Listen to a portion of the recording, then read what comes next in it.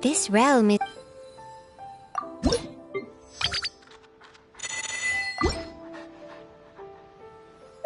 If you ever have...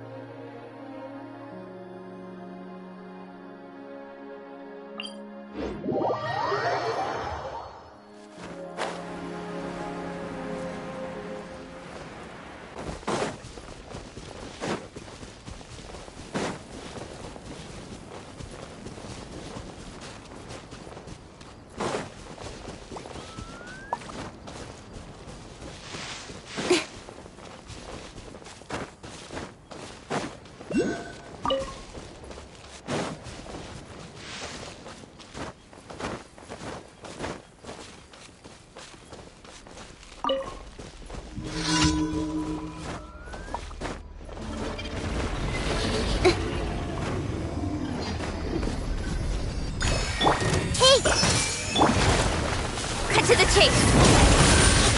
Don't blink! Wind strategy! Incoming!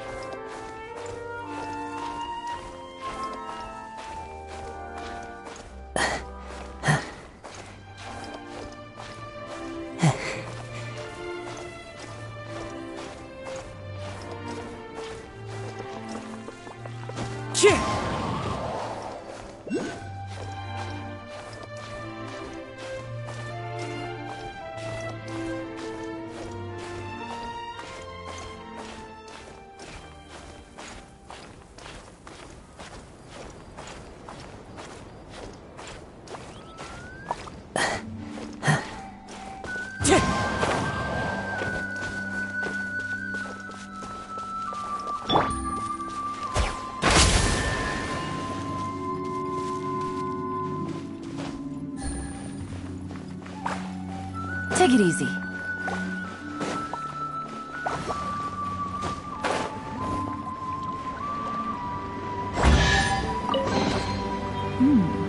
Easy money.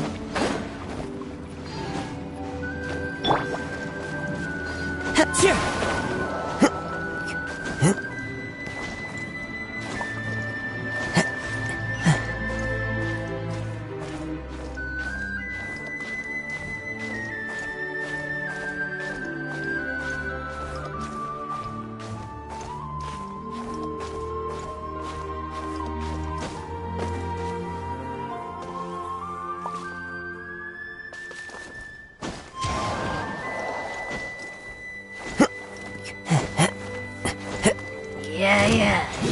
You can. I see everything! Nowhere to hide! Don't blink!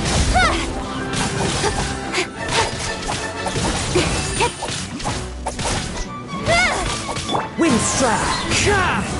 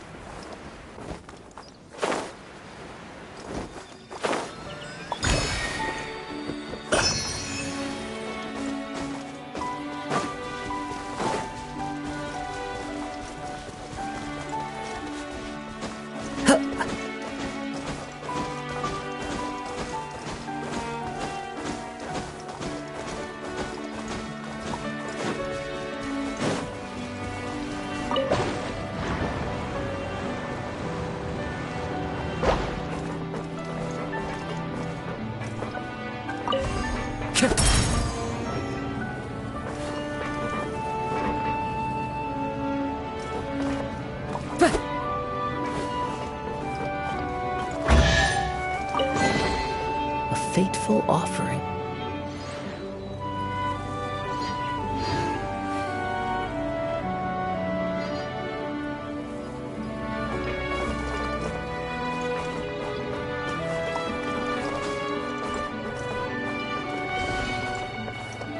Time to go.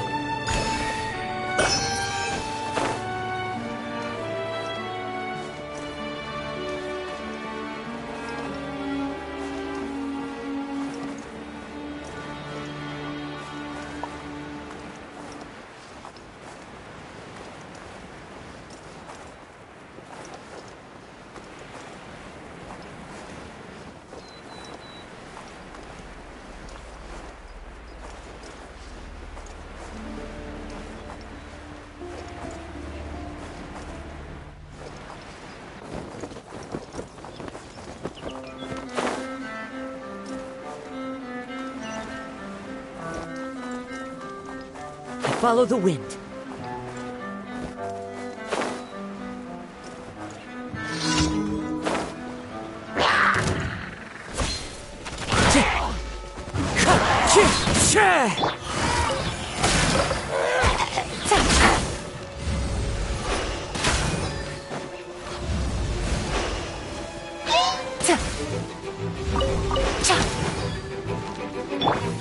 Speed of light! Committed to memory! Don't blink!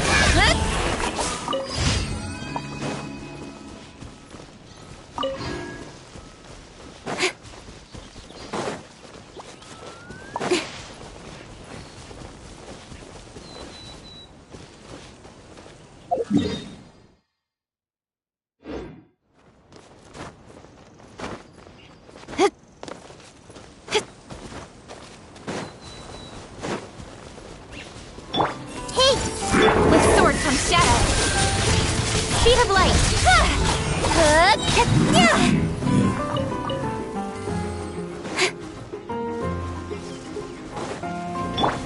I see everything. Nowhere to hide. Don't blink.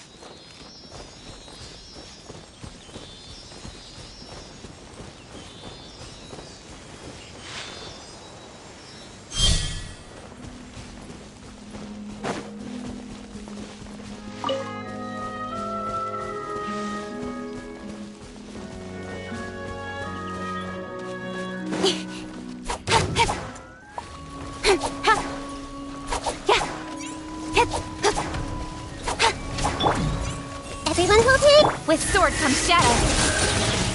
Speed of light.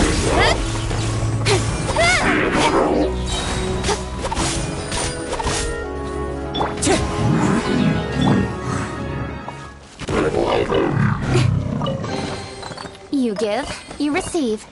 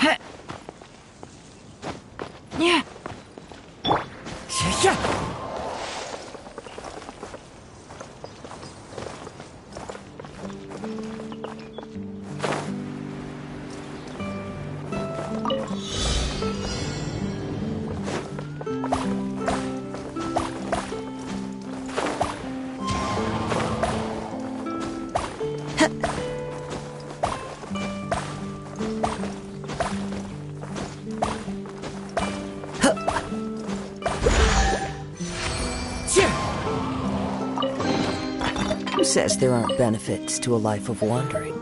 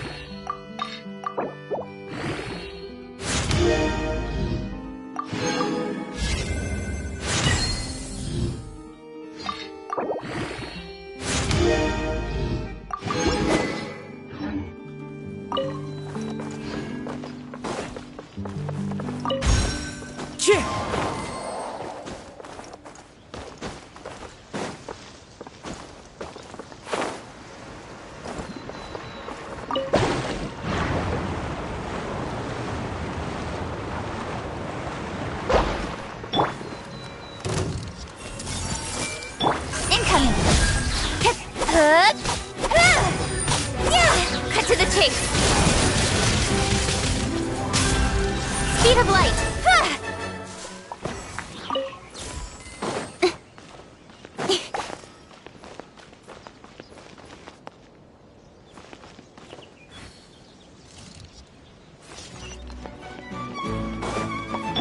I see everything. Don't blink.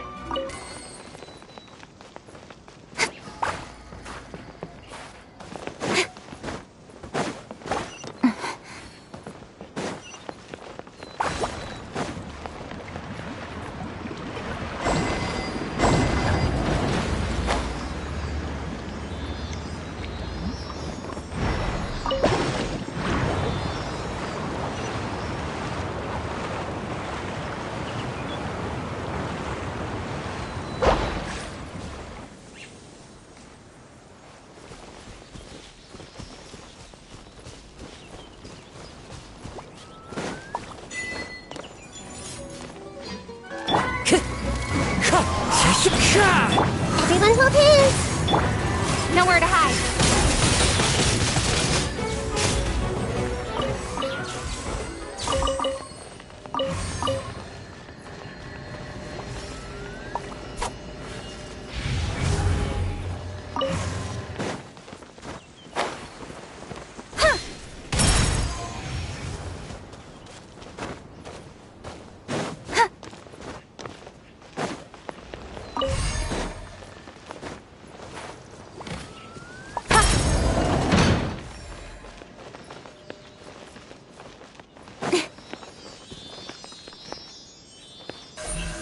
Incoming!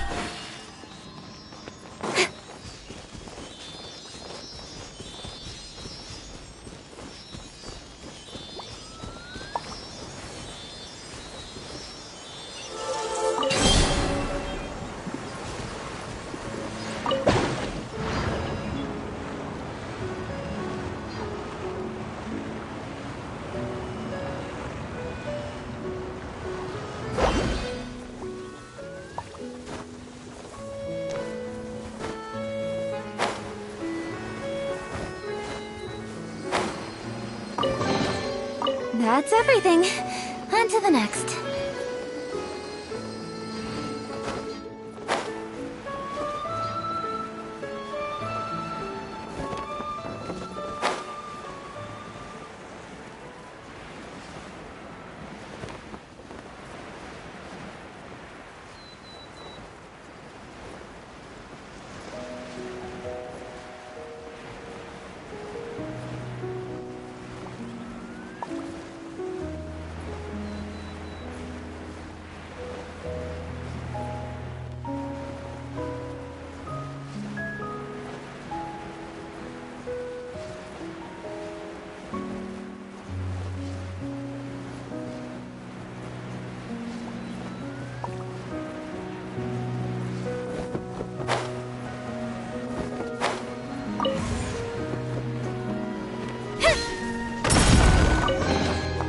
That's everything. On to the next.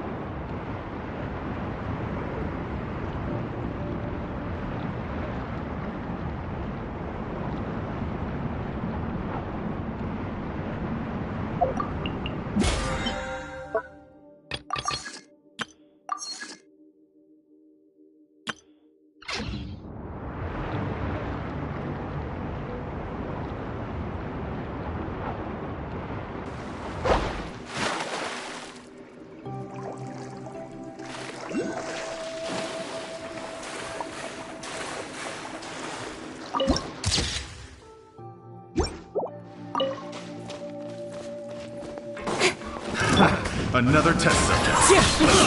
Go! Speed of light! The wrong test subject. The hunted.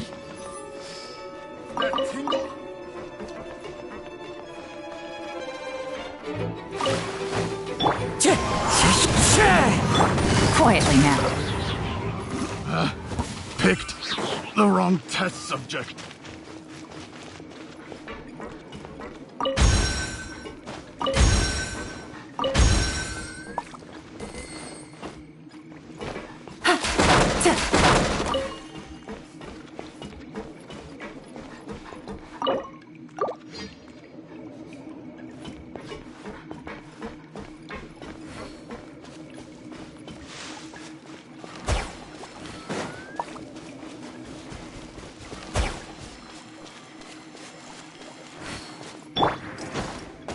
Follow the wind.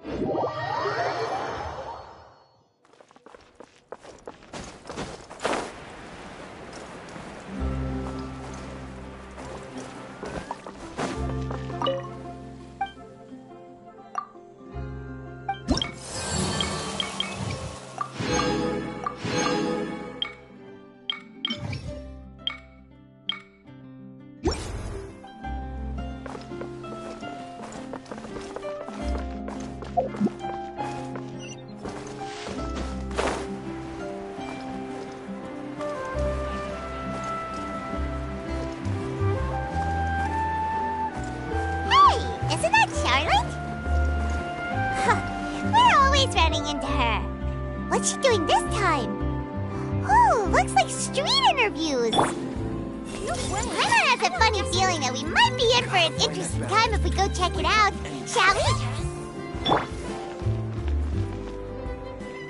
I see. So you believe that this warning letter was sent by the Phantom Weasel? Absolutely. I've said it before and I'll say it again. The Phantom Weasel never acts as you expect. He must have faked his own death 10 years ago using a body double. Now that he's back, I'm sure the guards who worked on his case back in the day are in for a headache, but however this turns out in the end, the one thing it won't be is boring. Couldn't agree more. As a journalist, I'm gonna get a lot of mileage out of this one. Thank you, sir, for your time. Now, whom should I interview next? Huh? Hey! What a coincidence! Fancy meeting you here. Perfect timing. So, the Phantom Weasel's latest warning letter. What are your thoughts? Yeah, this is the first time we're hearing of this one. Could you clue us in? Huh? Oh, sorry. Yes, this case is from a decade ago. I guess you wouldn't know about it. Well, not to worry. You're in good hands because I'm a professional. The story goes like this. 10 or so years ago, a phantom thief became active in the court of Fontaine. Known only as the Weasel. Nobody knew his true identity, and the authorities never managed to catch him.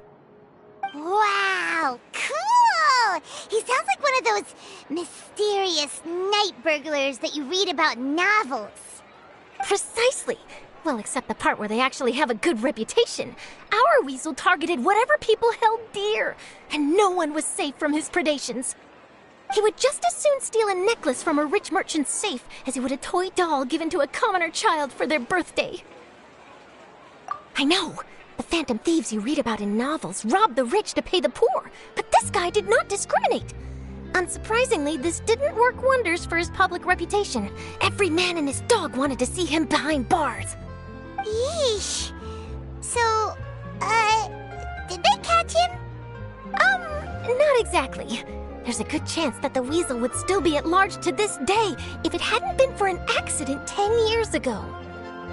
A magician named Caesar fell to his death in a botched high-altitude escape performance.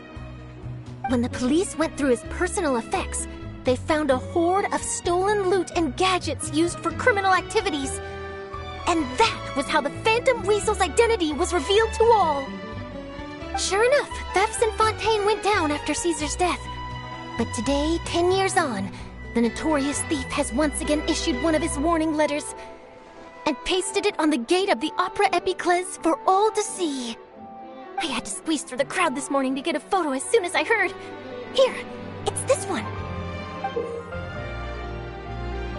So, this is the warning letter, huh?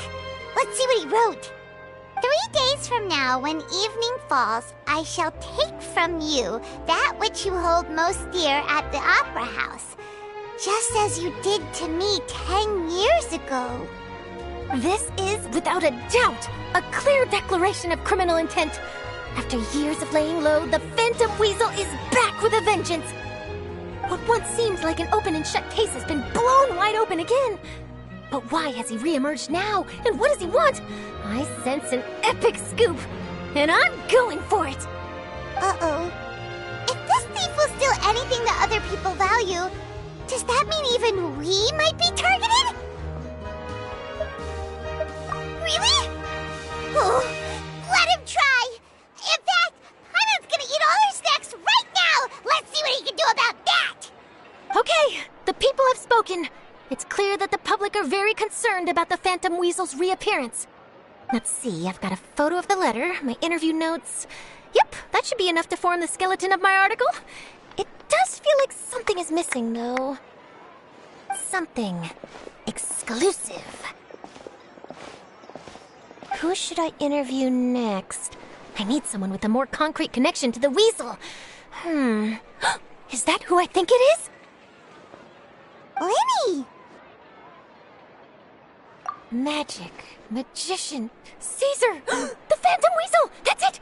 Let's go interview Lyney! You see, the original Phantom Thief Caesar was a magician too! And what do Phantom Thieves and magicians have in common? They both have an air of mystery about them. Perhaps there's a connection there. Are you serious? What sort of a deduction is that? Oh, relax. My journalistic instinct tells me that an exclusive news story is beckoning. Let's go. No time for delay.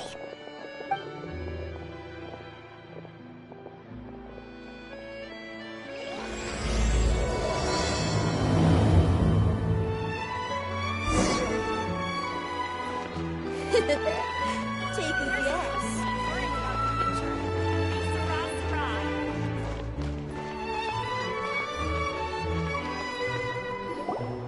Wow, Mr. Magician! How did you know which card I picked? Oh, it's simple. Come closer and I'll let you in on my secret. Magicians have a special skill called telepathy, which means we can read other people's minds. Really? Then, what am I thinking now? Well, first you need to relax, because I can see that you're clenching your fist in your mind, as if to say, no, I mustn't let him guess it. Aww. And now you're getting a little flustered. You're trying to find a way to empty your mind, to think of nothing at all. But the more you try to hide a secret, the easier it'll come out. You snuck out from home today, didn't you? You told your family a little lie so you could come out and play. Now, that's not a good habit. You can tell? Oh boy, you really can read my mind. Of course. Oh, and that's the end of my performance.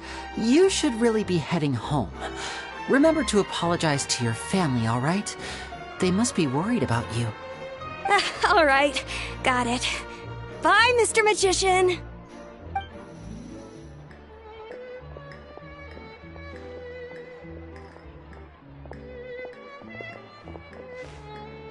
Hey, Lyney? Why, hello. We meet again. Are you looking for me? What's the situation? Well, why don't you guess, Mr. Telepathic?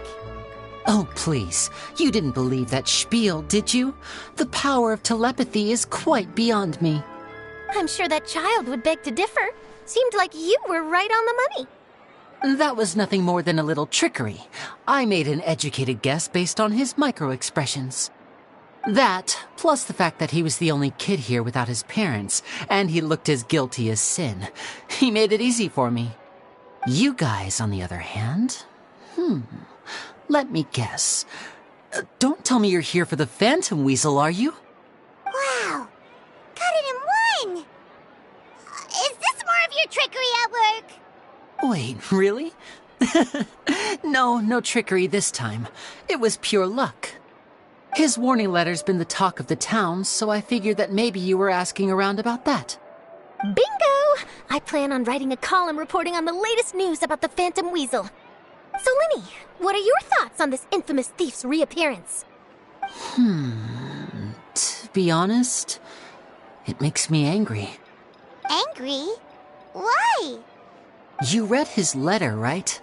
The Phantom Weasel claims he's planning something in 3 nights' time at the Opera House. That's the night I'll be performing there. Huh. What are the chances? Wait a minute, you don't think he's after you, do you? Well, if he is, then his warning is clearly a direct challenge to me personally. And if he's not, then it's still going to be a huge headache for me. The mere mention of the Weasel's name is enough to scare people off. So once the contents of that letter get out, barely anyone will be showing up to watch my show. But I've been preparing for this for a long time. I'm not about to let him ruin my big day. This leaves me with only one choice. I have to expose the Phantom Weasel's identity before the show begins. Really? So what you're saying is, we might get to see a live duel between a famous magician and an infamous thief? Wow, this has exclusive written all over it. To be honest, I'm not sure if I'll emerge the victor. The Phantom Weasel is a notorious crook, infamous for his inscrutable methods. You're being far too modest, Lyney. I think your magic tricks are even more inscrutable than those of a thief. Thanks for the compliment, though I have to say, I don't care much for the comparison. A lot of people liken magicians to thieves because we both have the ability to make things disappear without the person noticing. But there's an important difference that these people overlook. Allow me to demonstrate with a quick magic trick. Here, I have a flower, just an ordinary flower that was picked not long ago. Watch it carefully now. 3, 2, 1. It's gone! That's the question. Where did it go? Therein lies the difference between us. Thieves make precious things disappear, but only magicians make them reappear. If I could now invite you all to check your clothes, there might be a surprise in there somewhere. A surprise? Let me see!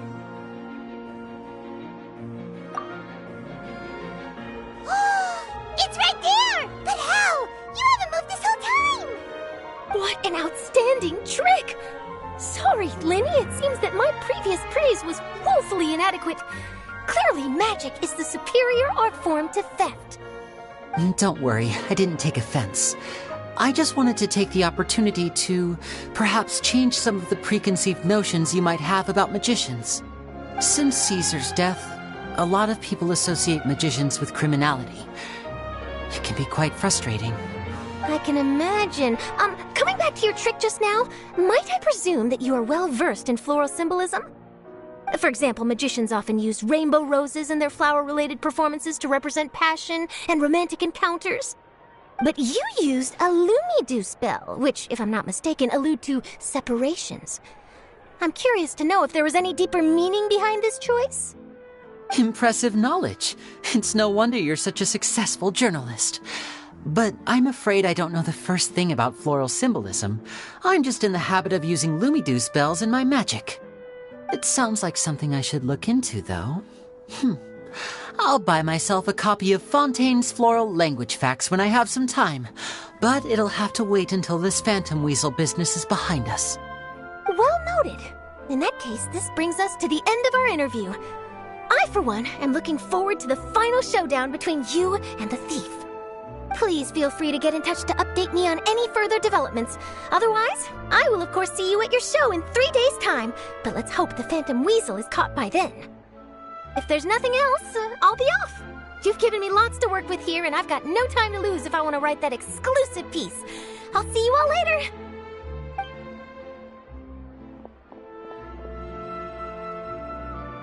So, Lyney, are you gonna tell us how you did that flower trick now? I'm afraid that's my little secret. Aww.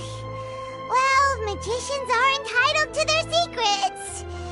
But Paimon's really itching to know how it's done. You feel it too, right? So itchy. Not so itchy then, huh? Well, since you're so concerned, how would you like to serve as my temporary magician's assistants and help me investigate? Magician's assistants? Oh, that sounds fun! Assistants are technically magicians too! Also, it'll bring us one step closer to figuring out how that darn trick is done! Shall we go for it? The first thing we need to look into is who Caesar really was. If he truly was the Phantom Weasel, that means that the weasel is dead, and whoever wrote this warning letter is just a copycat criminal. But if he wasn't the weasel? Well, that'll make things more interesting. It would mean that the weasel lives, and he's been laying low all this time in some corner of Fontaine. And if we're investigating Caesar, his fiancée Gemma is a good place to start. Word is that she visits the cemetery often, so I asked Lynette to wait for her there. We should make a move. Let's go and rendezvous with Lynette.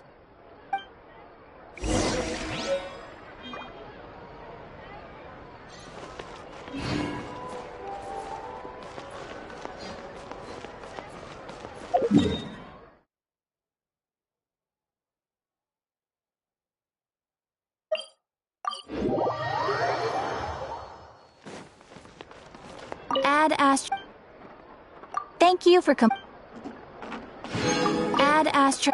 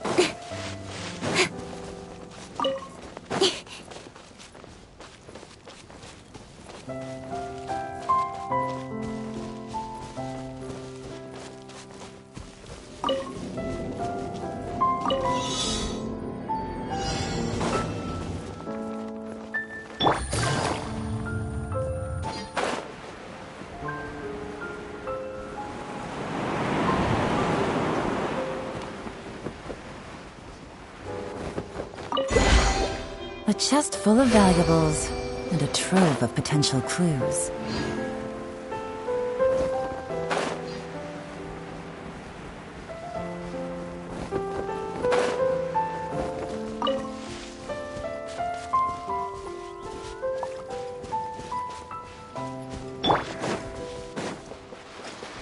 One with nature. With sword comes shadow. Hey!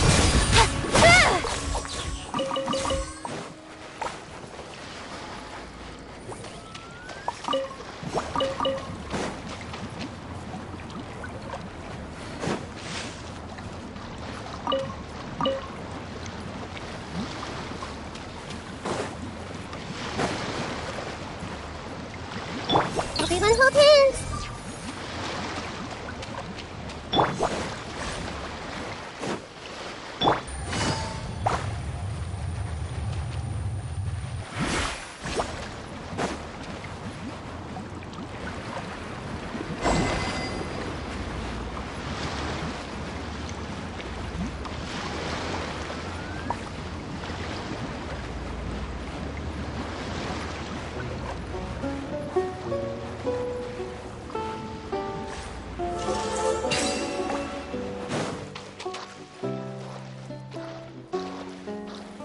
Take it easy.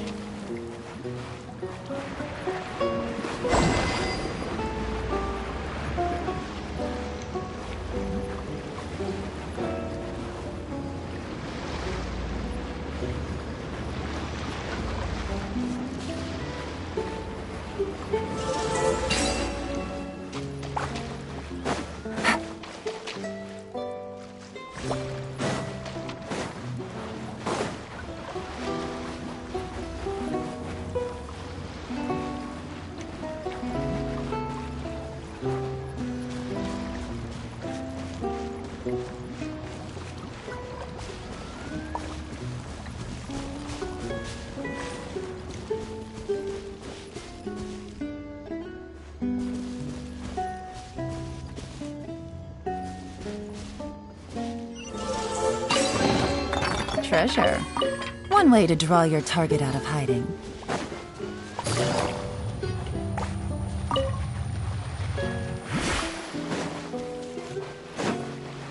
Take it easy.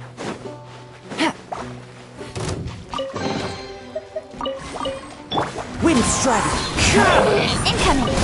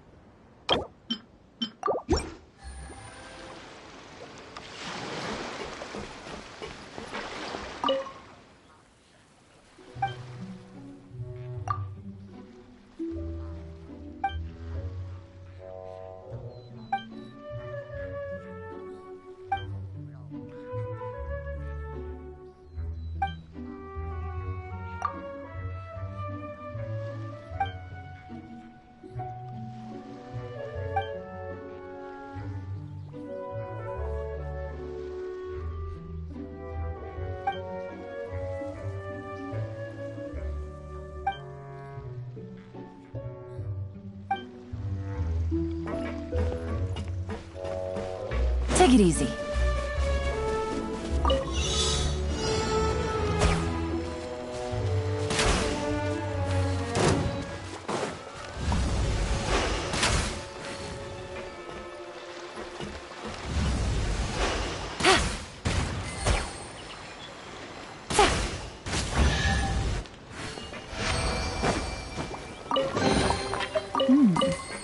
Easy money.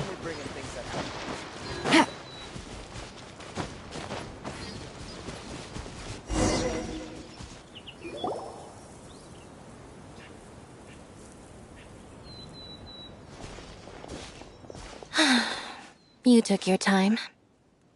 Sorry, I bumped into the Traveler and Charlotte en route, and we ended up chatting for a while.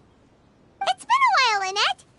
We're working as Lyney's temporary assistants in the investigation of the Phantom Weasel. Thank you. It's good to have you helping. So, what's the situation? Have you seen Gemma? Nope. I've been here a while, and she still hasn't shown up. How bizarre. Maybe it was bad intel. Well, we won't get anywhere by standing around waiting. Traveler, Paimon, let's go ask around. I'll wait for you here and see if Gemma shows up.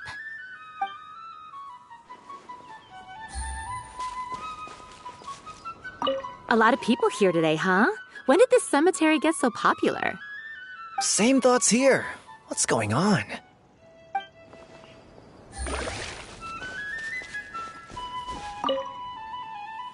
Excuse me, good sir. Do you by any chance know a Gemma? Gemma? You mean Caesar's fiancé? Sure I do. What's this about? I'm just trying to get a hold of her because I need her help with something. I heard she comes here a lot. Yeah, she does. Poor thing. It's no secret why, either. She's heartsick. Ever since Caesar passed away, she's been coming here once every week to clean his grave. Often, she just sits there in front of his headstone, lost in thought. Sometimes she talks to herself. I asked her what she was doing once. She said she wanted to speak to him again. She knows he's gone and can't hear her from the grave, but she just likes to spend time there, telling her fiancé all about how her life is going. And she's been doing this ever since Caesar passed away? Oh, so 10 years. Wow. Their love must have been really strong. I'll bet. Caesar's reputation fell apart after his identity was revealed, so no one else visits his grave. Gemma's the only one who still thinks about him after all these years. I don't know if the mind lives on in the waters after death, but if it does, I'm sure Caesar must be grateful to have someone who remembers him fondly. If I'm honest, I think this is all so unfair to poor Gemma. Her fiancé was a low-life crook. He doesn't deserve someone like her. Anyway, all of that said, she's running later than usual today. Normally, she'd be sitting in front of his grave by now. I wonder if she's okay. Well, that's everything I know, I'm afraid. You might have more luck asking some other people. All right, well, thanks for sharing all of this with us. We'll keep asking around. You're welcome. I just hope she'll be able to move on one day.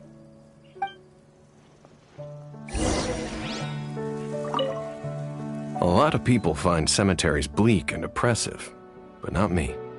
I find the silence gives me a sense of peace, and something about being in the presence of the dead and buried sort of puts all of life's woes in perspective.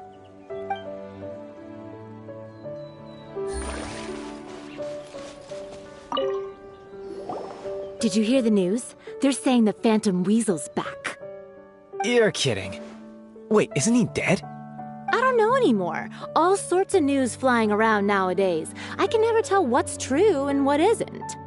But what if, just hypothetically, I mean, what if this weasel's the real deal and Caesar was framed? Called it. Seriously, 10 years ago, on the day it all went down, I said to myself, you know what? This guy's been set up. The Caesar I knew was a good guy. He gave balloons to children on the street, for Pete's sake. What, are we supposed to believe that he was a balloon thief or something? Give me a break. Oh, please.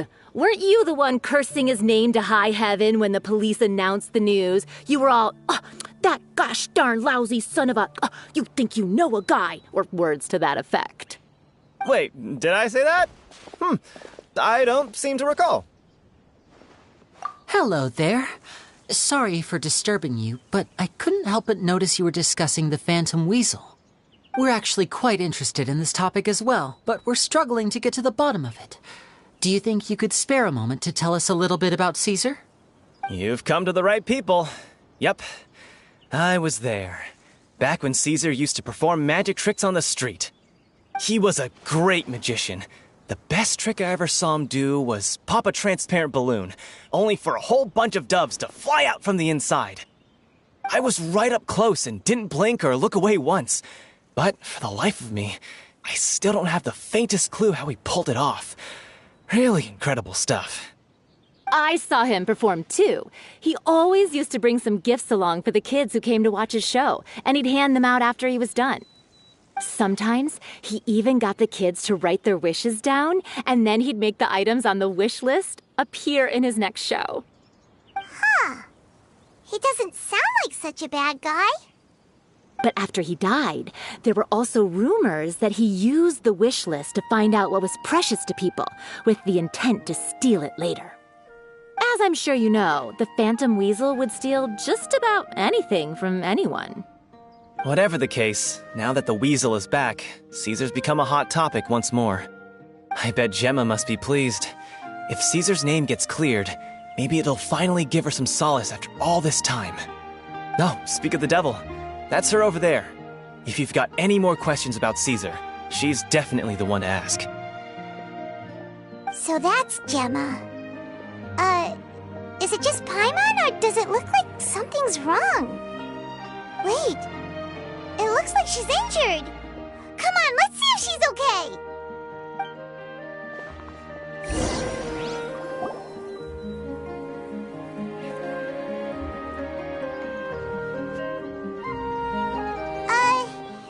Hi there. You're Gemma, right? Who's asking? Don't be afraid. We mean no harm. It looks like you're injured. How bad is it? Thanks for your concern, but you didn't answer my question. Who are you, and what do you want with me? My name is Lyney, and this is my sister Lynette. My name's Paimon, and this here's the Traveler. We're investigating the Phantom Weasel. The Weasel posted a warning letter this morning. If he still lives, that means that Caesar was falsely accused. You knew Caesar better than anyone else. So if you're willing, we'd love to hear what you think about all this. I promise you can trust us. We won't hurt you. In fact, we'll do all we can to keep you safe. I never believed that he was the Weasel. Huh. I suspected as much. Okay, so going back 10 years, do you remember anything strange in the weeks leading up to the accident? Did Caesar have a falling out with anyone, for instance? No, not that I know of. Got it. All right, sorry for disturbing you. If you don't have any more questions, please leave. I want to be alone with him.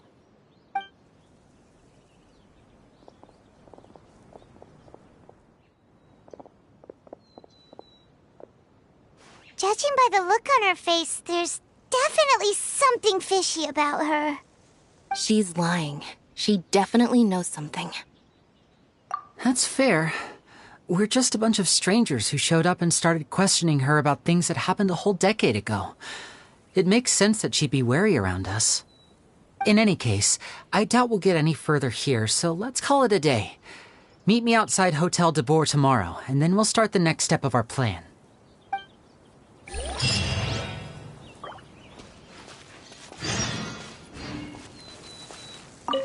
Oh, Caesar. Were you or weren't you the Phantom Weasel?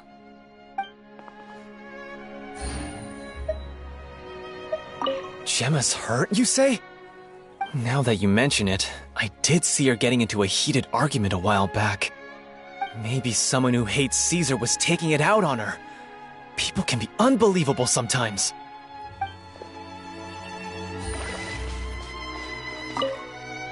A lot of people find cemeteries bleak and oppressive, but not me. I find the silence gives me a sense of peace, and something about being in the presence of the dead and buried sort of puts all of life's woes in perspective.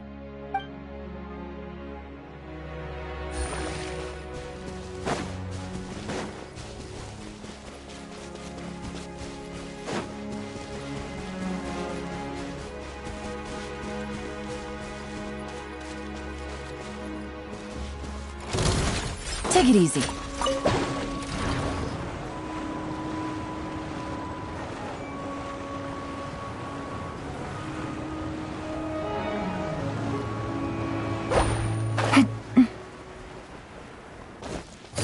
Busted. We'll sleep through the loop. Speed of light.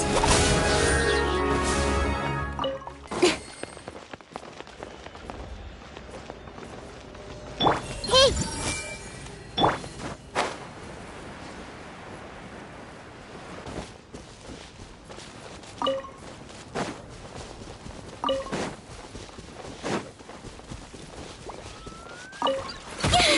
Nowhere to hide.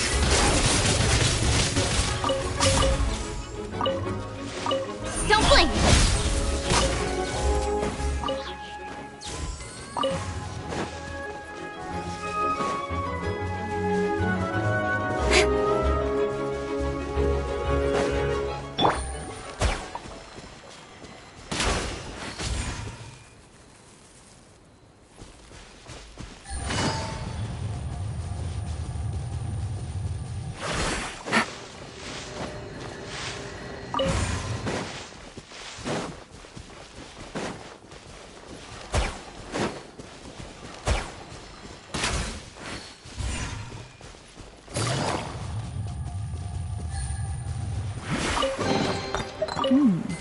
Easy money.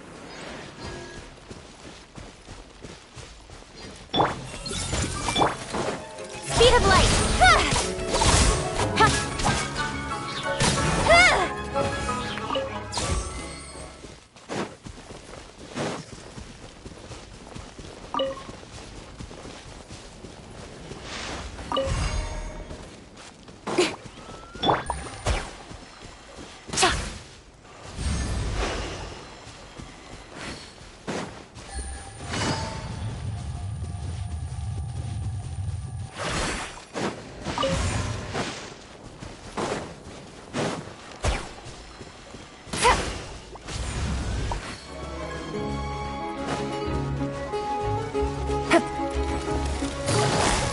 Quietly now.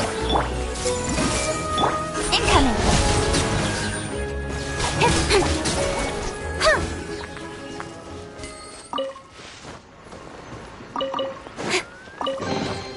That's everything. On to the next.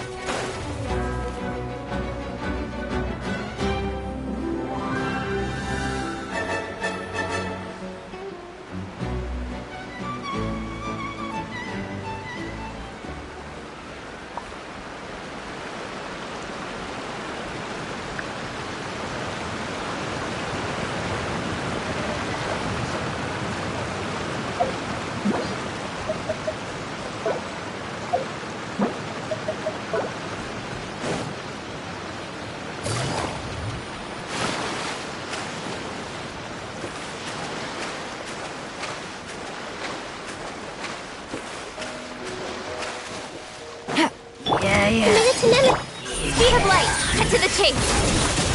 Hey!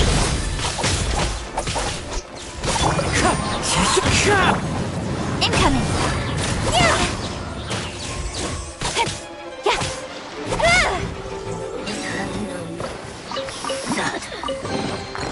You give, you receive.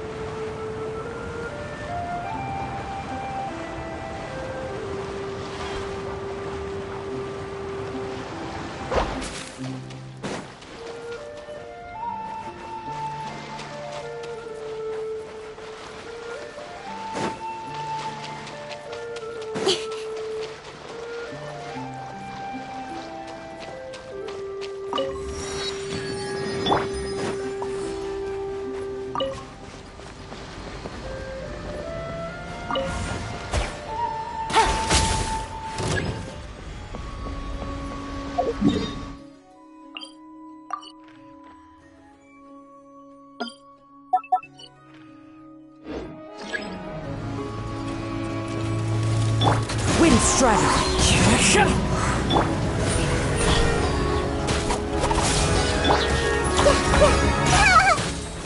I see everything.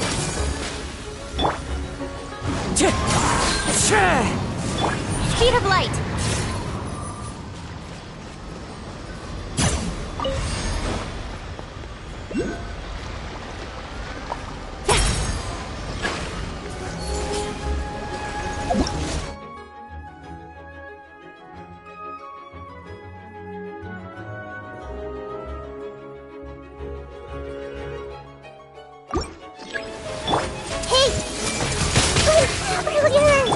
Nowhere to hide. Don't blink.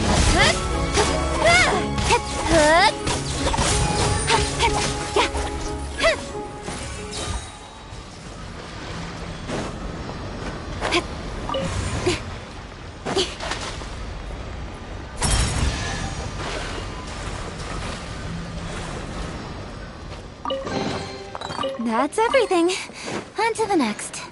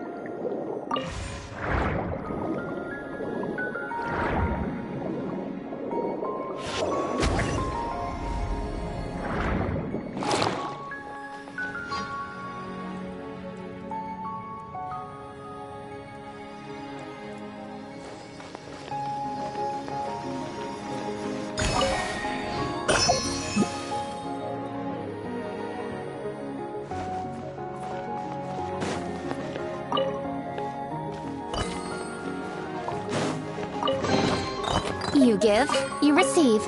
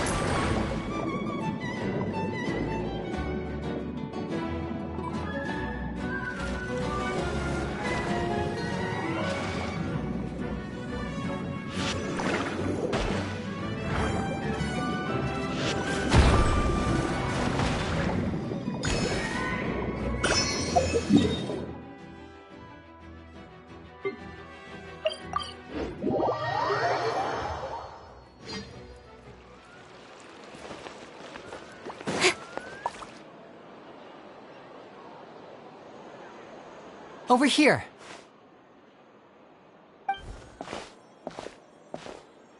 Lynette's not joining us today? I've had her follow Gemma and see if we can make any inroads with her. They should be at a cafe right now. Still, I don't think that Gemma's likely to open up to us. So, we need a contingency plan. Today, we'll be looking into a guy named Lorenzo, Caesar's former pupil and assistant. When Caesar passed away, all the stolen goods discovered in his home were confiscated and returned to their rightful owners. But Lorenzo was the only one privy to all his magic secrets, and he inherited his craft. Before long, Lorenzo was the next big magician in town, his fame surpassing even that of his master, and it made him very wealthy. He's since left the magic scene, though, and these days, he's a wealthy businessman with his fingers in a lot of different pies. I had to pull a lot of strings, but I managed to get him to agree to a couple of drinks with me. Be warned, though, I hear he's got a hair-triggered temper. We'd best be careful.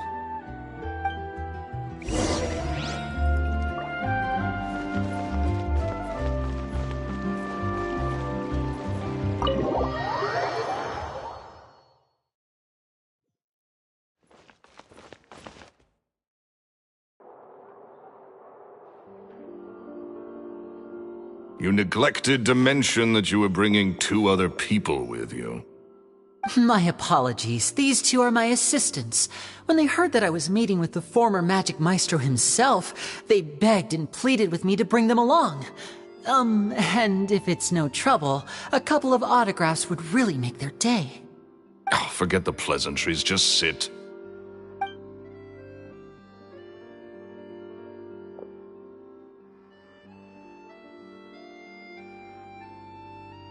Get a load of this guy. Forget the pleasantries, he says, but he looks pretty happy about Lyney stroking his ego. I only agreed to meet since we're both magicians. Do me a favor and cut to the chase. I have more important things to do than drinking. Much obliged, sir. As it happens, the matter I want to address is also related to magic. Yesterday morning, a warning letter from the Phantom Weasel appeared on the entrance to the Opera House. He claims to be planning something for the same evening that I'm scheduled to do a magic show there. As such, I believe that I may well be his target. I have to get to the bottom of this to ensure that my show can go ahead as planned. Naturally, any investigation into the Weasel starts with a few questions about Caesar, who... What is there to investigate? Caesar was the Weasel and he's been dead for 10 years. So what if some sick creep thought it'd be funny to write a warning letter? It changes nothing. Are you trying to tell me you actually bought it? Please, sir, no need to get so worked up. I do concede that a copycat is but one possibility. Possibility? It's a fact, Lyney. Look, my patience is limited, so listen carefully while I'm still willing to put up with you. The weasel is dead. Period. Everyone knows that, so do yourself a favor and quit this investigation. It'll lead you nowhere.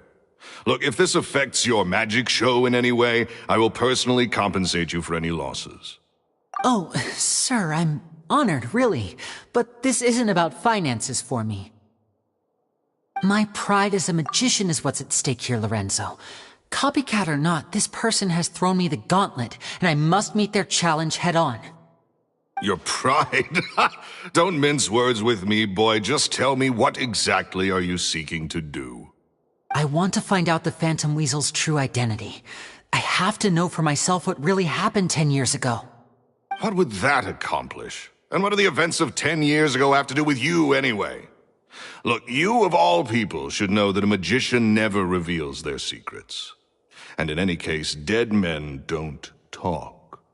So if you really care about your magician's pride, then you'll forget about Caesar and move on. Uh-oh. This is getting awkward. Lorenzo? Is that? Oh, it is you! I know that big, booming voice anywhere. What's up, my man? Want to grab a drink with me? Another day, I'm busy. Oh, come on. You can't be all business all the time. You know what they say? Live fast, die young. You gotta learn how to kick back and relax once in a while. If I wanted your life advice, I'd ask for it. Now get out of my face and go be drunk somewhere else. Sorry, my good sir. I don't believe I've had the pleasure. Oh, hey! Edmondo. He and I are business pals. We worked together a bunch of times. This is your first time meeting him? Oh, he's always like this. Foul-mouthed and hard-nosed. Never heard a kind word out of this guy the whole time I've known him. And he wonders why he can't get a girlfriend, despite being, what, pushing 40, 30, something? Anyway, point is, a lot older than when he first got rejected by the girl he was into.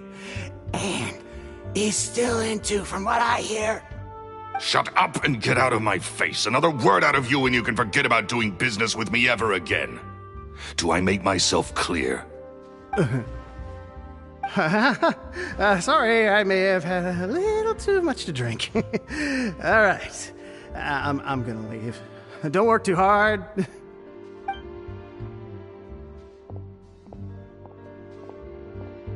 I think it's high time I made a move as well. If you really want to investigate this, Lyney, be my guest. But if nothing good comes of it, don't say I didn't warn you.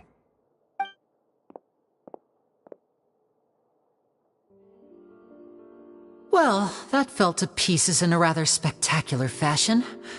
Any thoughts? Totally. And what was all that about compensating you for your losses? Why would someone you just met make an offer like that? He's gotta be hiding something. And not like Gemma. She was a little suspicious, but this guy's definitely covering something up.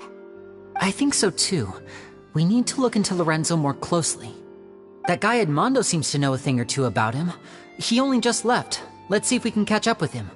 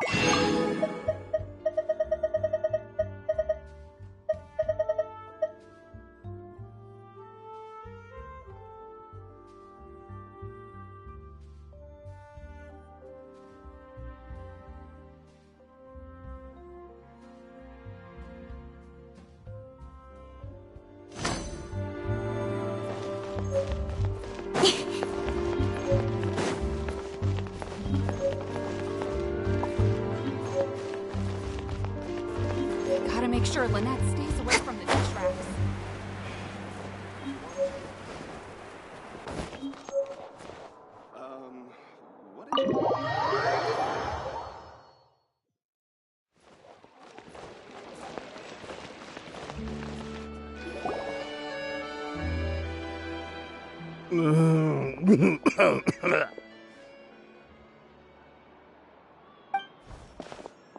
You okay there? Who are you? Oh, it's you guys. Don't worry about me. I must have had one too many. I just need to ride it out. I say way too much back there, didn't I? Yeah, I nearly talked myself into complete financial ruin. Note to self, no more drunken chats when Lorenzo's around. So, he was serious about threatening to cut you off? Paimon knew he was a bad egg! Hey! Keep your voice down. Don't go prying into Lorenzo's personal affairs. Bad things happen to people who ask too many questions, or make an enemy out of him. What kind of bad things? Don't even ask. I'm sorry. I'm gonna have to cut this conversation short. I'm not crossing that line again. And take it from me, trouble with Lorenzo is one thing you don't need in your life. You saw him flare up back there. I don't know what you said to him, but clearly it touched a nerve. That's not a good sign. You're too young for this. Don't get in over your head. I'm leaving.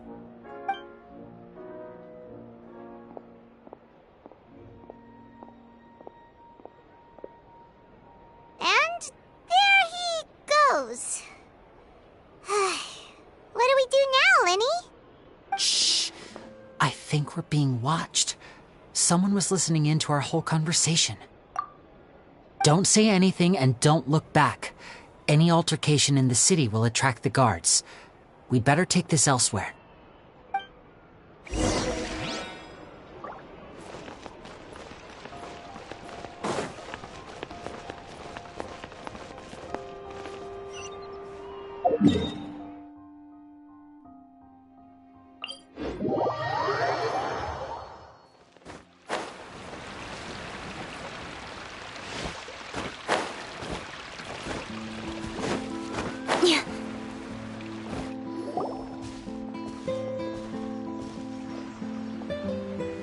You followed us a long way.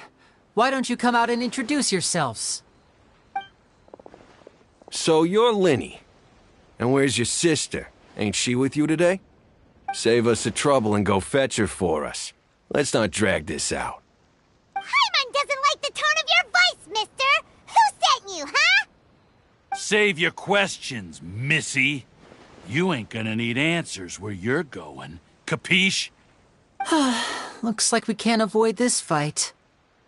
Now, I'm not the strongest fighter, so I hope you're ready to back me up. Don't worry, we got this! Step right up!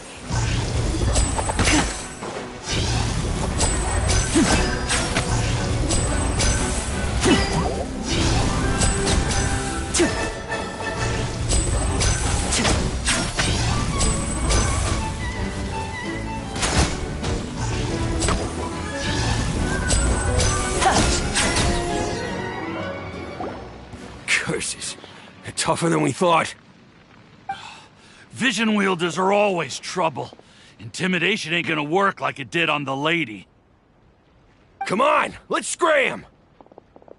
Hey, wise guys! We ain't through with you yet! Oh, they got away! Did you catch what they said just before they left? Something about intimidating someone else. Sounds like they just wanted to rough us up as a scare tactic, and they've already done it to someone else, but who? You're right. She was injured when we saw her yesterday, and she acted like she had something to hide. Maybe she was too scared to tell us the truth because those guys had threatened her. Well, if that's the case, she should be more willing to open up to us once she learns that those thugs won't be bothering her anymore. Let's head back to the cafe and see if we can get any information from her.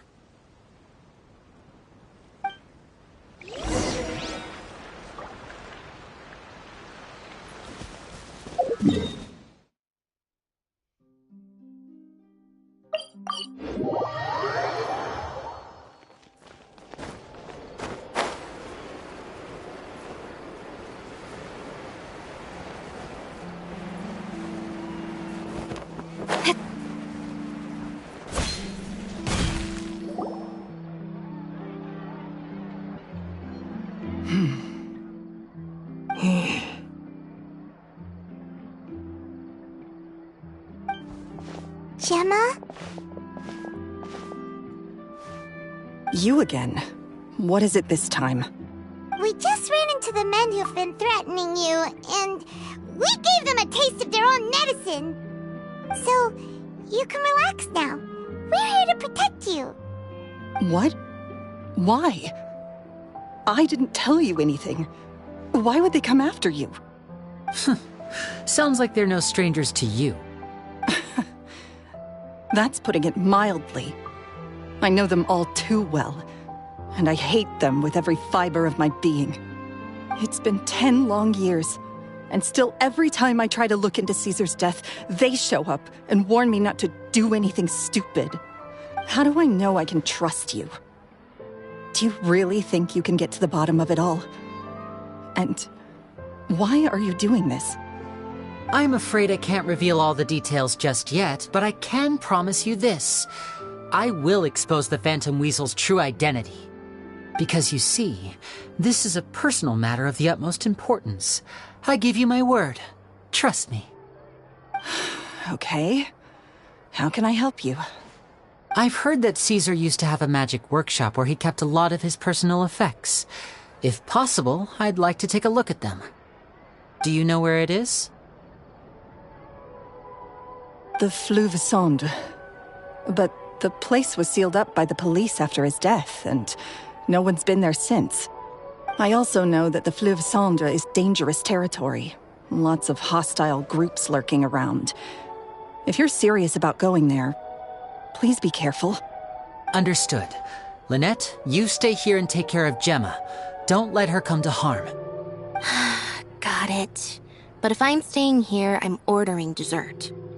I mean, bon appetit. But stay sharp, too. They're likely to come for you while I'm away. Okay. Alright. Power saving mode off. I'll start taking this more seriously now.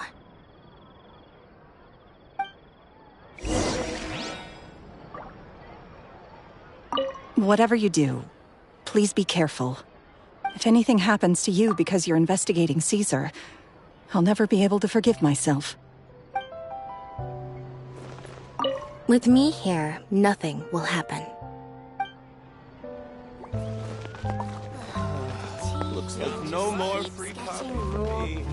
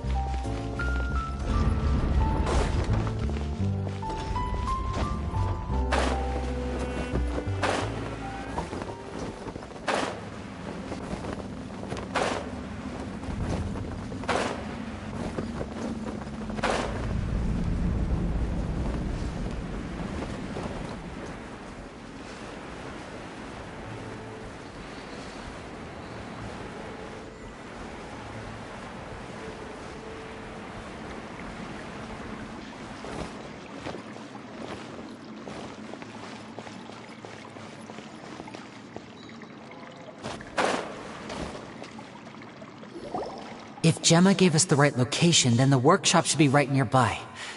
Huh. Looks like these boxes are blocking the entrance. Let's shift them away first.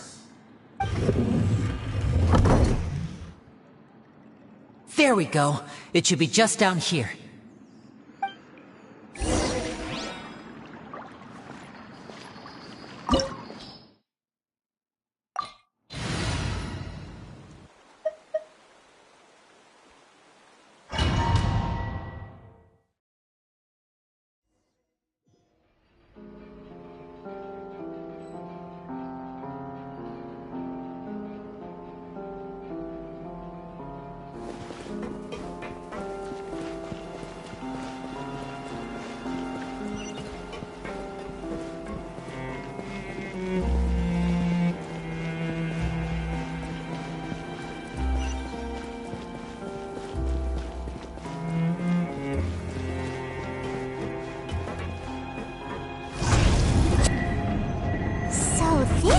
Caesar's workshop.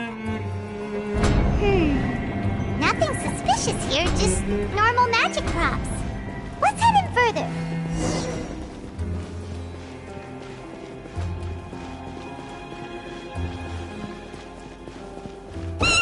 What was that? Oh, is this one of Caesar's gadgets? Guess we must have triggered some sort of device.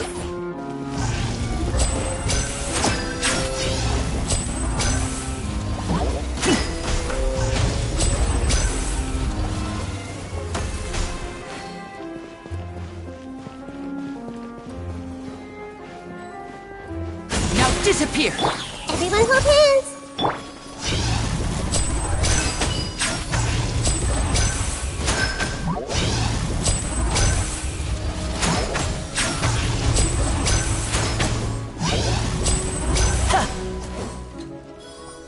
Whoa. Look. The doll in the box is glowing.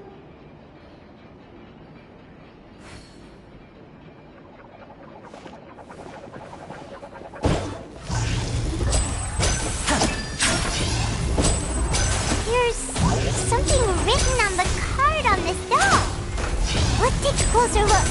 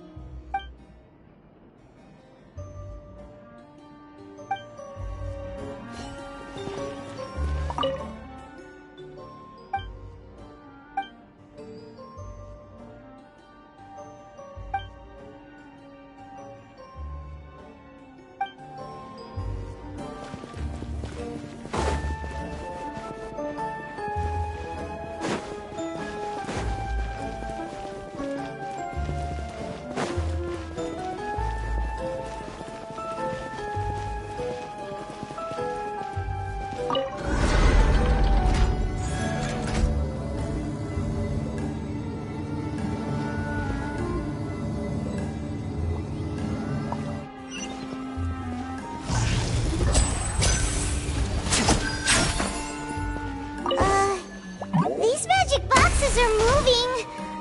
What do we do? One of them looks different from the rest. Let's investigate.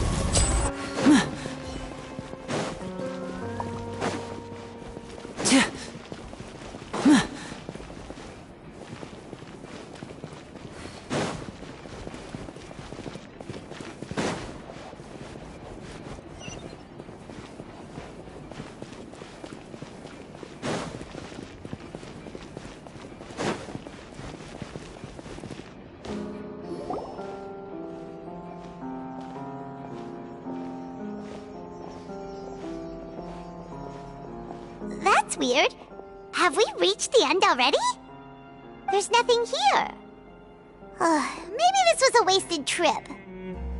This place seems a little too ordinary for a magician's workshop. There's a distinct lack of mystery. We've triggered quite a few devices on the way here. I'm starting to wonder whether Caesar built this whole place as one big, elaborate magic contraption. If so, then there must be more to this place than meets the eye. Maybe a hidden room somewhere. Aha! If I just move this book, then hopefully... And... presto! A secret passageway! How did you know? I'm a magician too, and apparently great minds really do think alike. Looks pretty big inside. Let's head in and take a look around.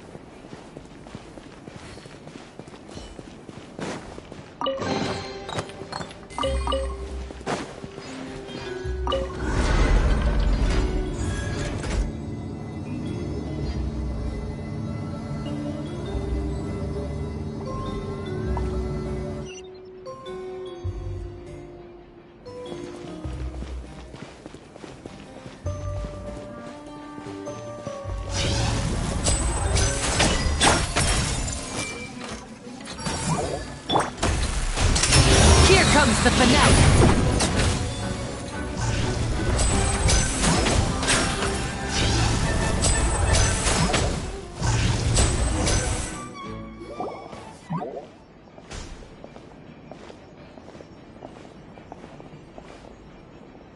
Why have you stopped, Lyney?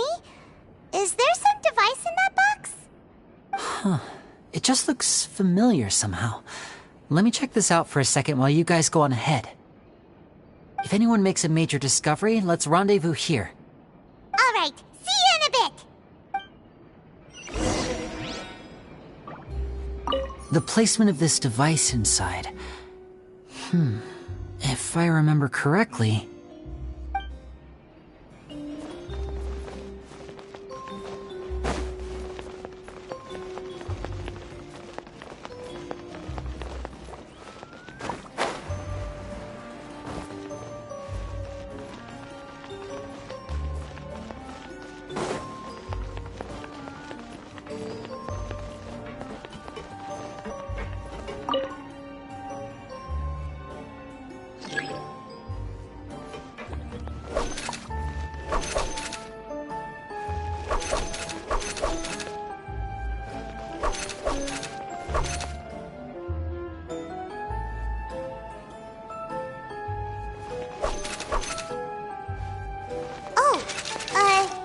Seems like we can't step on the same tile twice.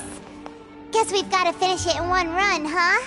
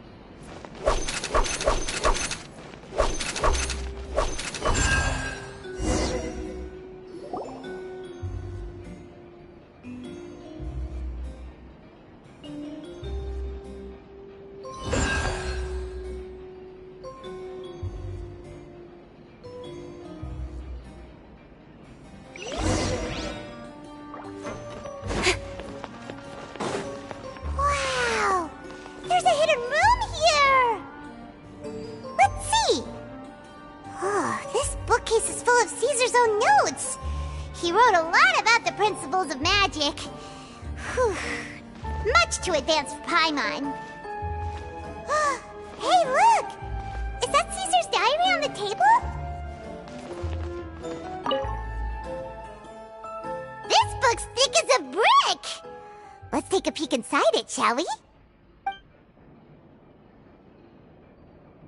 At one of my shows a few days ago, a child asked me how I pulled candy out of my hat. As a joke, I told the kid that the hat has a built-in wish-granting machine. Next thing I know, today a whole bunch of kids were pestering me to pull all sorts of things out of the hat. So I told them another white lie. The machine needs time to power up, but in the meantime, you can write your wishes down. Well, they took me up on that offer, enthusiastically. As I write this, I've only just got back from running around all over town, buying the things they wanted. Boy, are my legs sore. I wound up saving very little this month, but that's not a major issue. I now have a bigger problem. How am I going to hide all these things inside my hat? 2 children came to talk to me after today's show. I don't know why they were out on their own. They looked much too young to be unsupervised. I do hope they got home safely. Anyway, They said that they wanted me to teach them how to do magic. It's not uncommon for children to ask this, of course, but I've never seen any of them as serious about it as these two. I told them that learning magic is very hard work, but that didn't faze them at all. It's like they already knew. And they seemed so committed. I couldn't turn them down. It seems like something's bothering Lorenzo lately, but he won't open up to me about it. Surely he's not upset that I agreed to teach those two children. I'll have to talk him around. I have a good feeling about those kids. They're naturally talented, and it seems like they're not new to the world of magic. They have all sorts of fantastic ideas. All I'm really doing is helping them develop a more professional standard training plan. They wanted to call me Master, but I told them they absolutely mustn't. Any magician worth their salt could have taught them what I have. They're the geniuses here. Compared to them, I don't deserve to be called any sort of master. With time, I have no doubt that they could become far greater magicians than I. My only concern is why they're so mature for their age. I fear they've had to grow up too fast. I don't dare to imagine what they must have been through. Gemma thinks so too. She doesn't like being around them. Says that their eyes are too piercing. They don't bother me, but then again, I've never been the sharpest tool in the shed. It's nearly time for me to go on tour. I asked the two kids if they'd like to come with me, but they shook their heads. I once overheard them talking about their father and their mission. Sounds like their parents have other plans for them. I guess we'll be parting ways soon. It's only been 10 days since I first met them, but I think that I've gotten a feel for their personalities now. They're very tough, but also very cautious, and they trust no one but each other. This, I fear, is not a good habit to have. They hide things from me too. For example, when I asked them where they live and why they wanted to learn magic, they lied. That's the thing about children. Whenever they're trying to cover something up, it always shows somehow. I can sense that their lives have been hard, possibly even dangerous too. They're not like other children. It's a shame that I can't do more to help them. After thinking things over, I decided to tell them a bit about how I see the world. It's full of lies and falsehoods, and that is why we must find our own truth. P.S. I hope they won't find my nagging annoying. Children are so opinionated nowadays. Will it do them more harm than good for someone they've only known 10 days to lecture them like that? P.P.S. Maybe I'm overthinking this. Children aren't interested in grand philosophies. It probably just went in one ear and out the other. I bet they've already forgotten every word I said. Oh, Caesar, Caesar. Just mind your own business next time.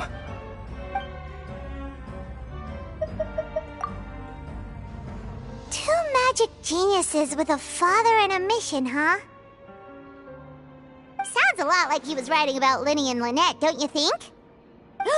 So did they meet Caesar when they were kids? Let's go ask Lyney!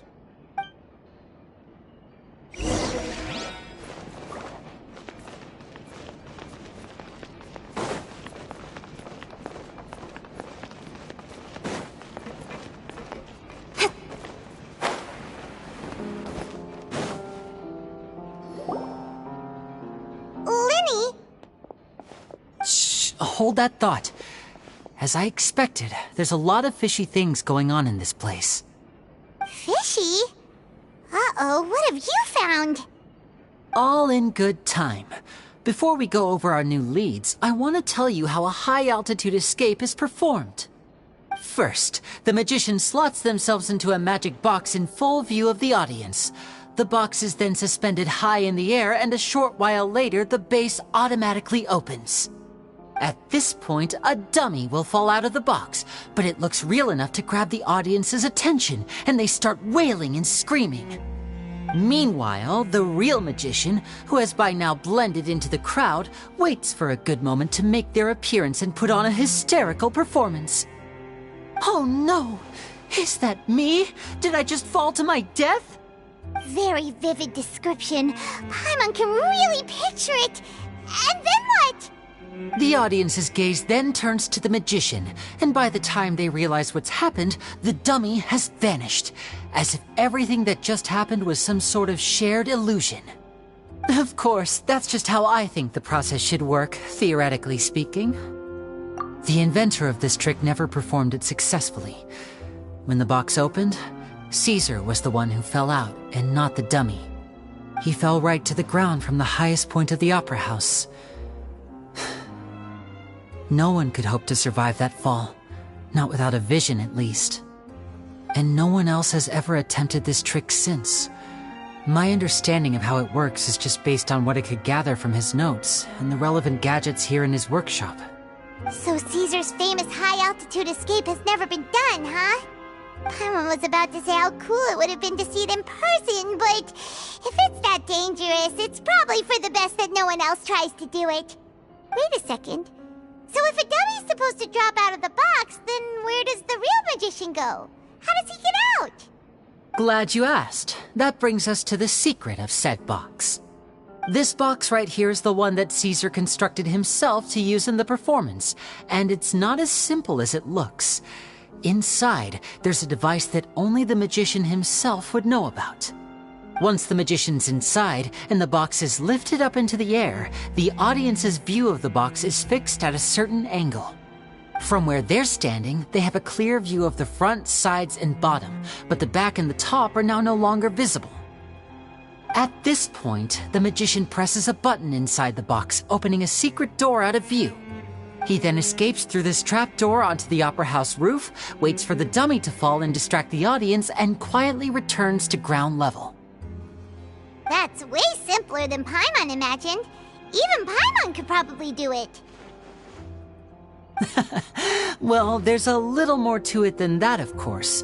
The hardest part of this trick is controlling the audience's mood and reactions.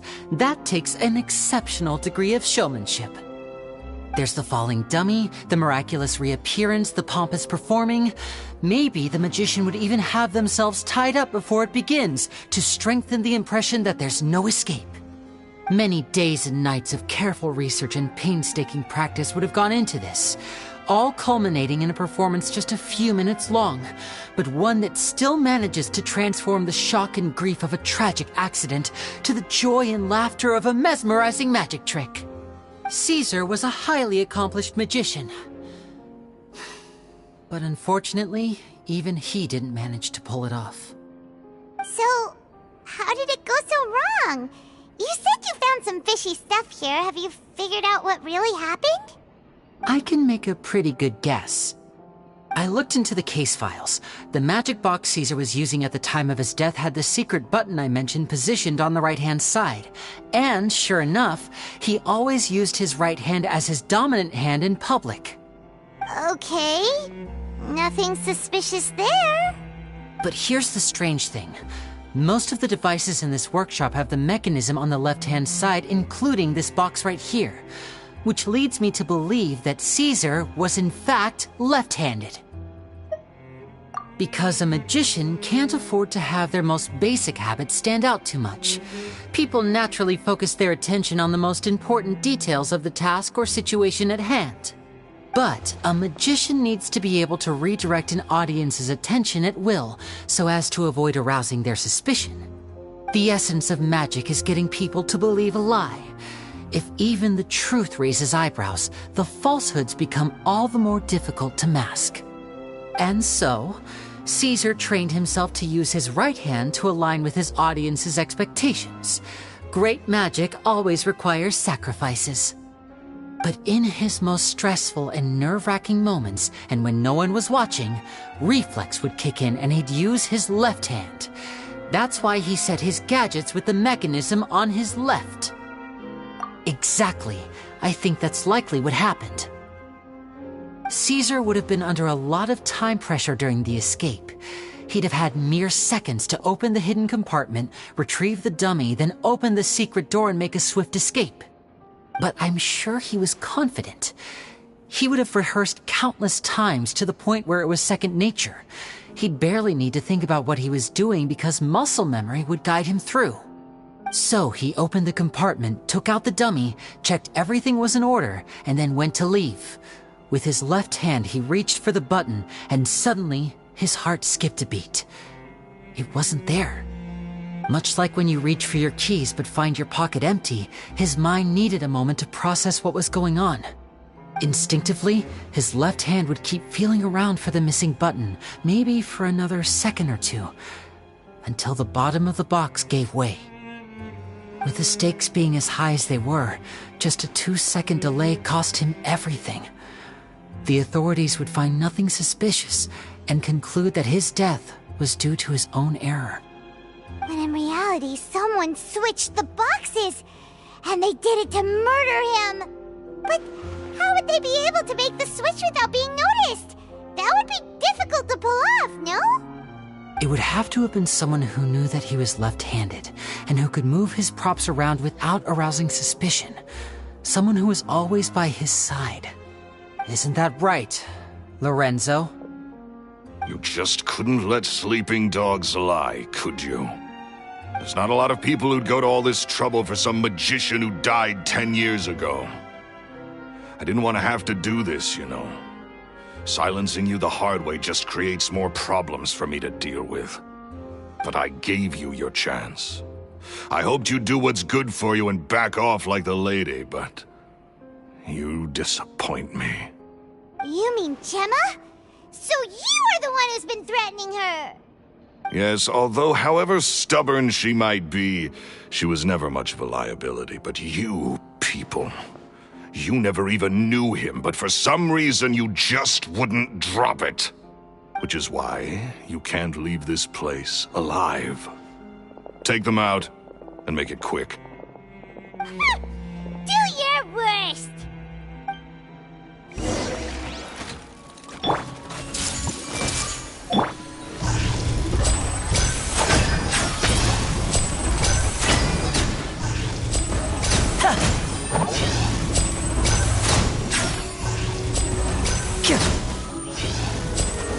I see everything! Step right up! A round of applause!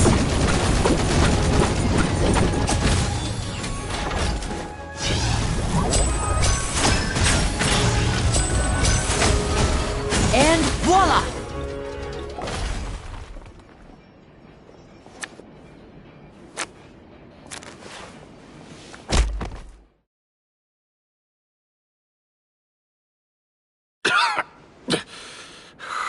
You kids are tougher than you look. Had enough yet, Lorenzo? Your cronies can't help you now.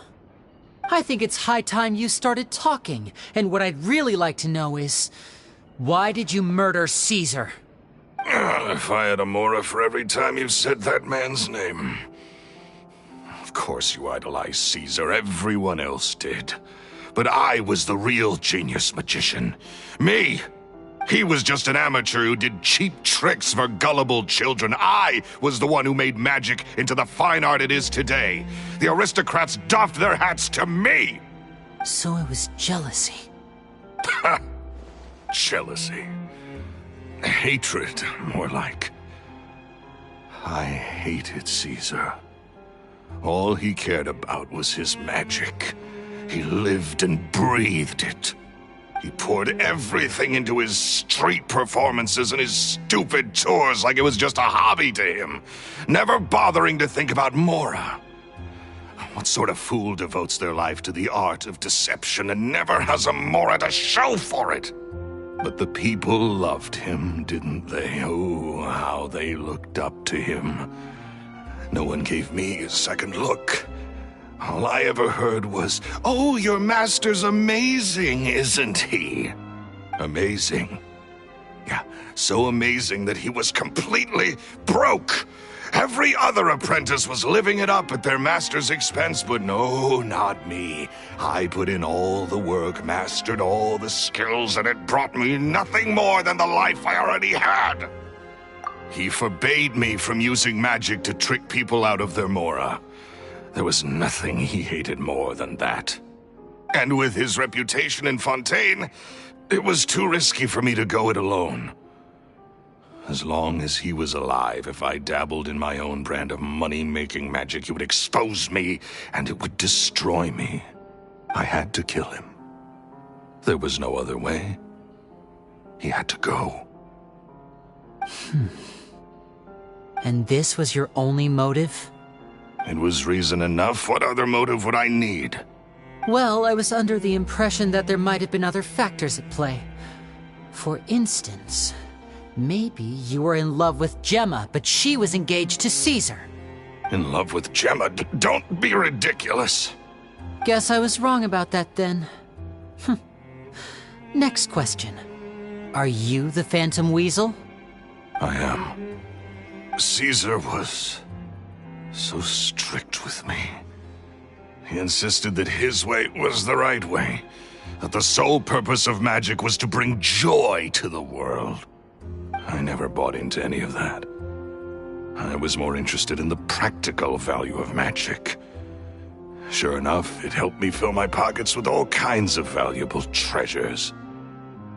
Oh, yeah! Charlotte told us that the weasel would steal whatever people valued, no matter how much it was worth.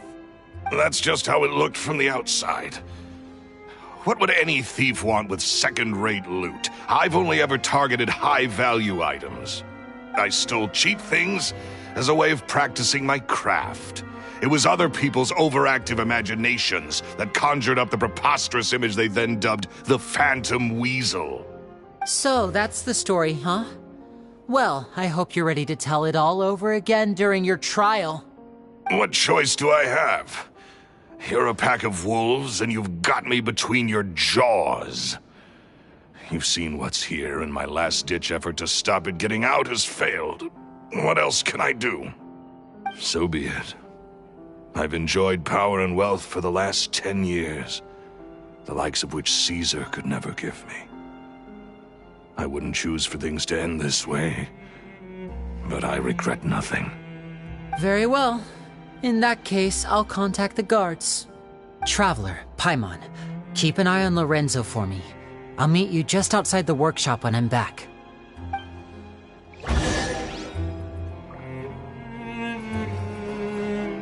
At least I can finally stop looking over my shoulder now.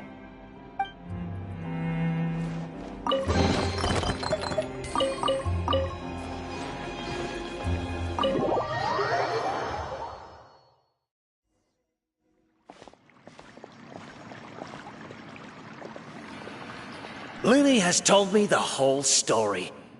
Lorenzo, do you confess to the murder of Caesar and to framing him for the Phantom Weasel's crimes? Look who's finally developed a conscience. What kind of disciple murders their own master? I hope it was worth it, because there'll be hell to pay.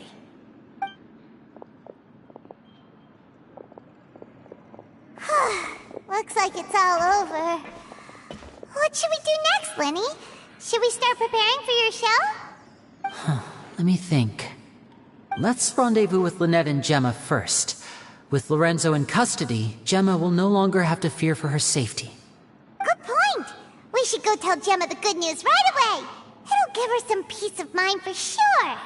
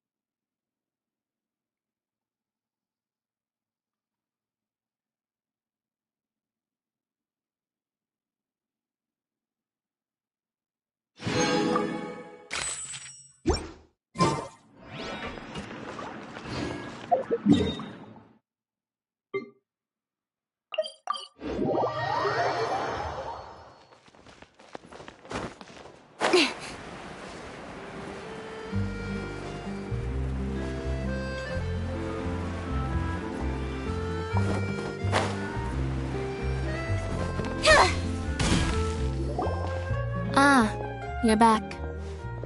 You were so quick. I've only just finished my third dessert. Your third?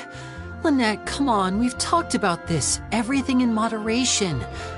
You're not gonna have any room left for dinner now. It's fine. I'll shift to exercise mode and jog off the excess sugar. That's besides the point. Well, it's done now, but try to eat a more balanced diet in the future. Point taken. Did everything go okay? Of course! Lorenzo was no match for us. The guards are taking him into custody as we speak. Gosh, that's amazing. I'm sorry, I still didn't know if I could trust you, but now it seems I can. I had my suspicions about Lorenzo, but It's okay, we understand. He did threaten you. Paimon would find it hard to trust strangers in your position too. But you don't need to be scared anymore. Everything's gonna be okay. sorry. Sorry. My emotions are all over the place right now. I've been waiting for this day to come for so long. I always wanted to report Lorenzo. He took all of Caesar's property, which I found suspicious, but I had people watching me all the time, so I couldn't risk looking into it. I was so afraid. I was scared he'd do something terrible to me, and then no one would be left to visit Caesar's grave. So I never had the courage to speak out. Thank you all. Truly. Thank you so much.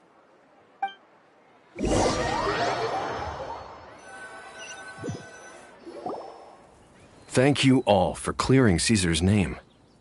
I never would have guessed that Lorenzo was the real Phantom Weasel. He never showed any signs that there were problems between him and Caesar in public.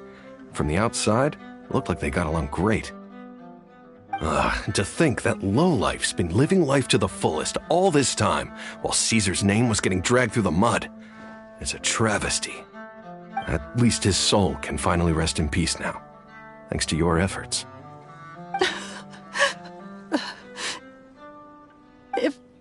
If only I'd realized before it was too late. Don't blame yourself, Gemma. This isn't your fault. Yeah, you still have the rest of your life to live. Caesar wouldn't want to see you spending it feeling guilty. Cheer up, Gemma. My brother's doing a magic show at the Opera House tomorrow evening. Would you like to come along? It might raise your spirits. This show will be a special one. We're holding it in Caesar's honor. In Caesar's honor? Really? Oh, thank you. I'll be there. Great. We'll see you tomorrow evening. Traveler, Paimon, don't be late. Don't worry, we'll be there. No way are we gonna miss out on a free magic show. Wait, Paimon feels like we're forgetting something. Oh yeah, Caesar's diary! We never found out if the two kids Caesar taught magic to were Lyney and Lynette or not.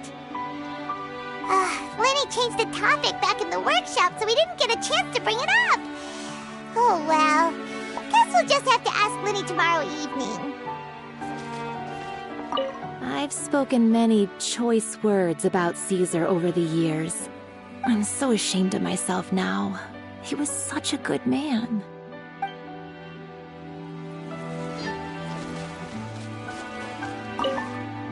I can't believe Lorenzo was intimidating Gemma all this time. He comes around here sometimes. Not to clean Caesar's grave, though. He just stands off to the side and watches Gemma from a distance. She must have known, but she never asked him to leave. I wonder why that is.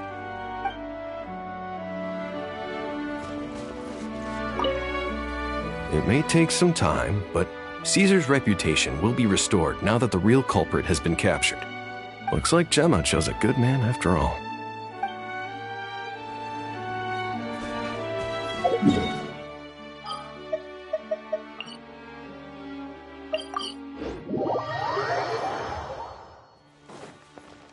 Incoming! Hey!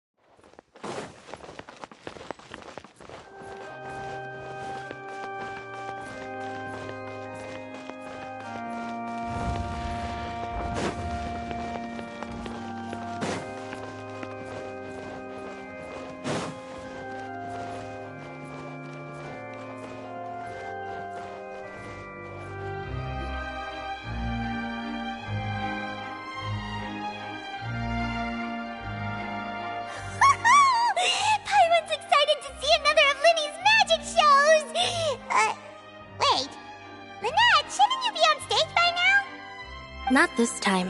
My brother's going solo today. So, I'll be watching with you. Good evening, ladies and gentlemen. I hope everybody's ready because the show is about to begin. The great magician Lyney has prepared a spectacular show for us all tonight. concluding with an all-new grand finale that no audience has ever seen before. Wow! A new trick! Thank you all so much for coming. Now, prepare to join me on a journey through the mystical and miraculous.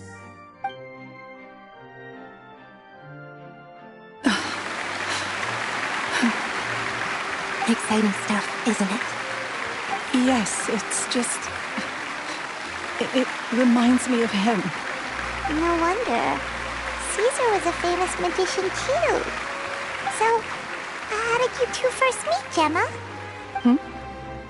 Well, I was out on the street once, and I saw him performing for little children.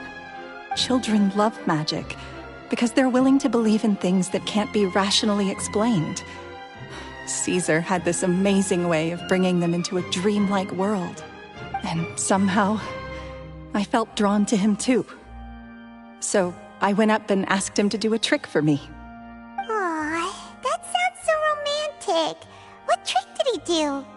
It was with a flower. He took it in his hand, snapped his fingers, and it magically appeared on my head. I was so happy that day. No one had ever given me a flower before that. Oh, that's so cute! Actually, now that you mention it, Lyney's done that one before. Is that right? Then I suppose he's a romantic at heart, just like Caesar. So let's treasure the time we have with him. After all, you never know when the people dearest to you might be gone. That's right. It's all over now. Paimon doesn't really know how to comfort you, but at the very least, no one's gonna be intimidating you from now on. You can breathe easy at last, right? Right. Yes, you can breathe easy now, Phantom Weasel. See? Even Lynette says... Wait, what? The Phantom Weasel? Lorenzo escaped? Where is he? What do you mean, Phantom Weasel? As Lyney once said, a performer's job is to commit fully to their role and put on a flawless performance for their audience. But once the bag of tricks is empty and the curtain falls, it's time to end the show. The spotlight is no place for someone with no more cards up their sleeve. It's been 10 years, Gemma. Aren't you tired of the grieving widow act? I think it's time to put an end to it. What are you talking about? Paimon doesn't like this riddle. Traveler, Paimon doesn't like where this is going. Come on, say something! Ladies and gentlemen, I hope you're all enjoying the performance so far. There will now be a brief intermission, after which Lyney will perform the most electrifying act of tonight's show, the one we've all been waiting for. The final performance will take place outside of the Opera House, so please make your way outside in a calm and orderly fashion. The Phantom Weasel never did like public places, did they? Don't worry, this place will be quiet soon. Let's talk somewhere else for now.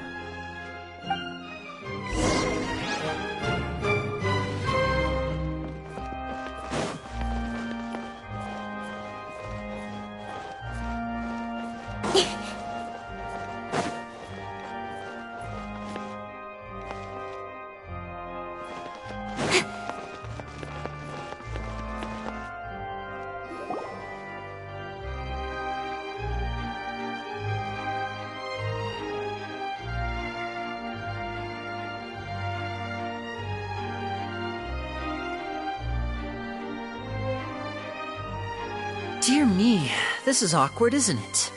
And unfortunately, I'm all out of gadgets, so I'm afraid I can't do any tricks to liven up the mood. This is a big mistake for a magician to make, but thankfully, I do have a backup plan. Now, who wants to hear a story? Lyney, don't we have more important things to address right now? Lynette accused Gemma of being the real Phantom Weasel a moment ago. Oh, what the heck's going on? All in good time. Magicians are good at guessing what people are thinking.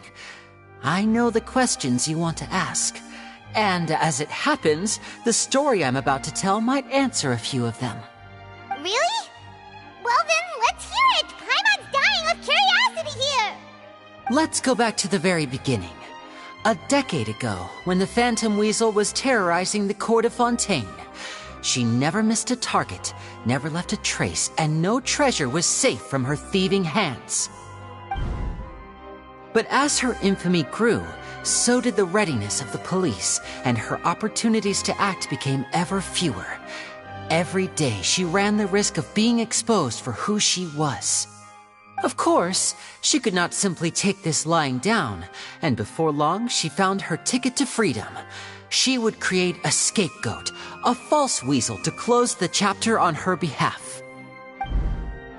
After weighing her options, she set her sights on a renowned magician, Caesar. After all, magic and theft shared enough similarities for people to buy the story when the truth came out. So then what? Being the master deceiver she was, the weasel easily earned Caesar's trust. Now all that remained was to frame him for her countless crimes. But as she was considering how to make her move, she noticed Caesar's aggrieved pupil, and a new thought entered her mind. Maybe I don't need to get my hands dirty after all. At her encouragement, Lorenzo tampered with Caesar's magic box, causing him to fall to his death. Afterwards, Lorenzo seized his master's property, and the weasel set about tarnishing Caesar's reputation. Two co-conspirators committed the perfect crime. I've got to hand it to you. You're both exceptional storytellers. It's enough to make even me wonder whether there was really another mastermind behind all this, pulling the strings. But I just have one question. You seem to think that I am the villain in this tale. What's brought this on, Lyney? Is it something that Lorenzo said? Don't worry, Lorenzo said nothing at all. But I never believed that he was the weasel, and in fact, my investigation only made me more certain of that. He was too forthcoming with his confession, as if there was something else he was trying to hide. How disappointing. So you'd sooner trust Lorenzo than me, even without a shred of evidence? A magician is an expert at playing the audience to get the result they want. And I have no doubt that you, Gemma, are equally talented in this regard. With a little help from Lorenzo, you put on a very convincing performance. The lovesick fiancé, whose devotion to her betrothed is unshakable, even under threats of violence. Caesar was maligned and hated by all for 10 years, but you? Everyone sympathized with your plight. Who would suspect for 1 second that the lovely young lady always seen weeping in front of Caesar's grave was actually the mastermind behind his demise? No, not that poor lady. Perish the thought. Wait, so you mean the whole intimidation thing was just a hoax? Gemma and Lorenzo were both in on it? But why would Lorenzo agree to that? And why didn't he sell her out even at the end instead of admitting to being the weasel himself? Yes, why indeed? Maybe Gemma herself could enlighten us on that question. Well, Lyney, if you're so confident in your version of events, then I think the answer should be obvious. Having killed Caesar with his own hands, Lorenzo was plagued by overwhelming guilt. Revealing the Phantom Weasel's true identity would serve no purpose. But if the Weasel remained free, then she could take care of Lorenzo's loved ones. An excellent answer, though sadly a little dull. Is that right? Well, don't let me bore you. If you'd care to change the topic to something more interesting, I'd be much obliged. As a matter of fact, there's one thing I'd really like to understand. Why would the real weasel have targeted things that only have value to other people? Could you shed any light on that? Of course. After all, we're just telling stories here, aren't we? If I had to guess, I would say that the real weasel must have had a terrible childhood. Left to fend for herself after her parents died young. betrayed, scorned, beaten.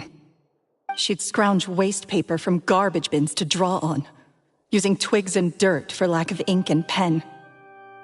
She'd sew ugly rag dolls from whatever scrap material she could get her hands on. This was her only source of happiness in life. But it was all she needed, and she was content. Until the world decided that even this was too good for her. Once again, she was betrayed. And this time, everything was taken from her. She felt like life was a miry pit that dragged her further down the more she struggled to escape.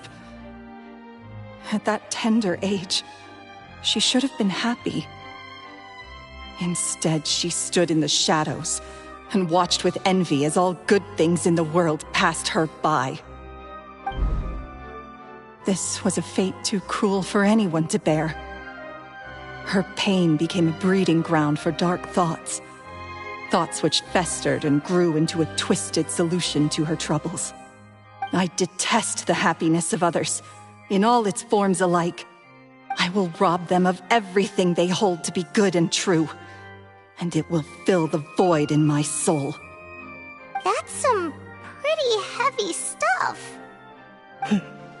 Now it all makes sense. Does this story satisfy you, Lyney? Yes, it is quite to my tastes. Thank you for helping to clear up my confusion. Huh. That's right.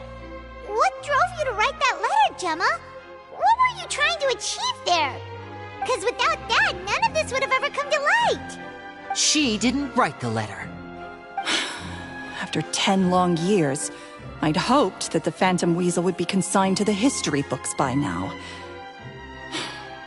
But it seems like someone still wasn't ready to let her finally be at peace. Lyney. Or should I call you the Phantom Copycat now? You were the one who posted that letter outside the Opera House. But why? Very sharp, Phantom Weasel. Still as shrewd as ever. Well, no need for me to be coy about it. Our goal was to clear Caesar's name. The most straightforward way to change the public's impression of Caesar was to force the Weasel to show themselves. That's it? You had no other agenda? Of course we did.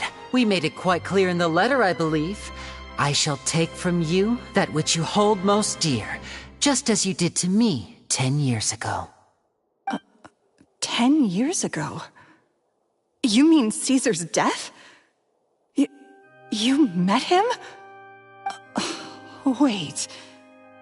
Oh, I get it. You were those two obnoxious kids. It's been so long, and you're all grown up now. I didn't recognize you. He taught you magic back then, didn't he? For what, 10 days or something? And you went to all this trouble. Why? Because you feel like you still owe him something? We remember all our debts, however great or small. 10 years ago, Caesar's reputation was torn to shreds, and his legacy was thrown out. 10 years on, and no one cares what the truth is anymore. But we did not forget, and so we came to find you. And? What exactly did you take from me? I'm still standing, as you can see. Lorenzo has admitted to everything. I'm free. Free? Do you really think so? Caesar once told me that even though the world is filled with lies and falsehoods, we must find our own truth. I think that applies to you too. Truth can take many forms. Prized possessions with nostalgic value, fervent hopes and dreams, and irreplaceable people. Life took many things from you, and those wounds never healed. When they ached unbearably in the dead of night, stealing became your way of numbing the pain. What are you trying to say? I'm saying that for the last 10 years, you've been living a rather uneventful life. Perhaps that's because you found something other than a life of crime to fill the hole? Back to Lorenzo for a second. He murdered his own master, played along with your act, and took pains to make sure any suspicion would be directed towards him. But what did he have to gain from all that? He knew who you were and the things you'd done, and despite that, he was willing to give everything up for your sake. He's the reason that you haven't felt the compulsion to steal in all these years. You're more than just accomplices in murder. You're the only real friends each other has. So I think you know, deep down, that he is the only truth you have in your life. But that truth is gone now. And I guarantee you, you'll never see it again.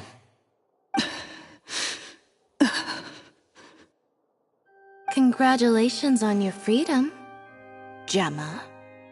Your freedom will cost you dearly. From now on, you'll be all alone in a world full of lies and falsehoods. I do hope you'll be able to bear it. You've still got a long life ahead of you after all. Gather round, one and all. The time has now come for the amazing Lyney to perform his final act in tonight's show. I'm sure you're all wondering what he has planned for the grand finale. Well, wonder no more, for the answer is a death-defying high-altitude escape. A high-altitude escape? I'm sure you all remember the magician Caesar. This was the very trick that led to his fatal fall, after which he was dubbed the Phantom Weasel. But we have now learned that Caesar was wrongly accused, and that the real Weasel has now confessed to their crimes. Guess that's my cue to leave. Whew. I've been practicing this one for ages now, but I'm still a little nervous. Traveler, Paimon, I hope you enjoy the rest of the show. There may be a lot of people watching tonight, but you alone are my true witnesses. Lyney, wait. You two hid a lot from Caesar. He went to his grave without ever knowing your secrets. So what about now? Are you an open book? Or are you still the same as ever? You don't have to tell lies to end up isolated and alone. One day, you'll end up exactly where I am today. Maybe then you'll finally understand. You're wrong. I'm nothing like you. So, what are we, doing now? Like Lyney said, when you're ready, let's head outside and watch the show. But what about Gemma? She'll figure out what's best for her soon enough. Oh, and if you'd like to see Lyney after the show, you know where he'll be. The usual haunt. All right. Well, let's go and watch Lyney's finale then. This trick's a pretty dangerous one, but he should be able to pull it off, right?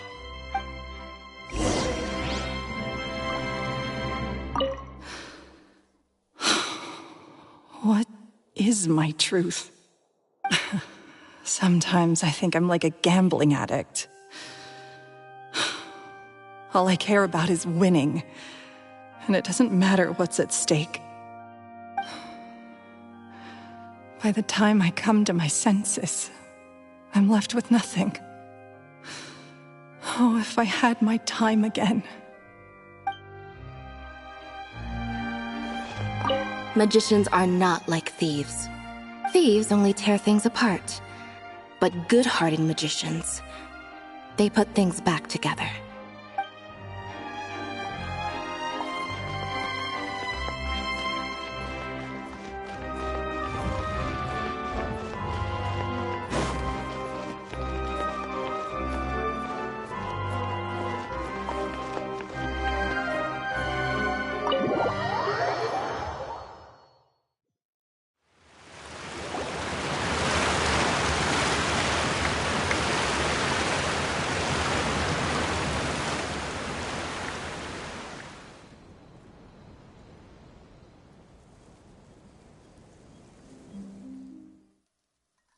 Magic should be mysterious, surprising, and defy logic.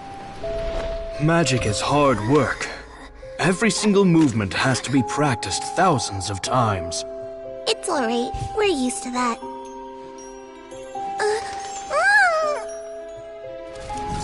We're sorry. You've taught us so much. But we can't tell you the whole truth. It's okay. Do you still remember what I told you?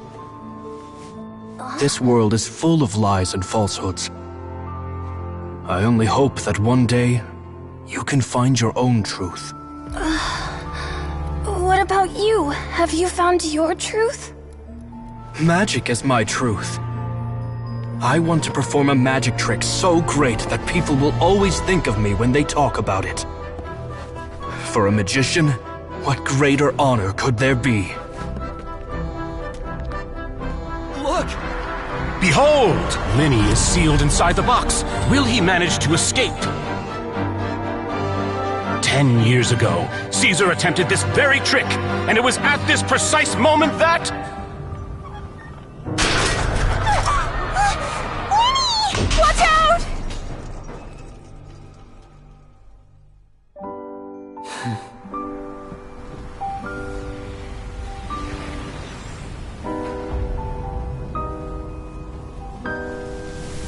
Mysterious. Surprising.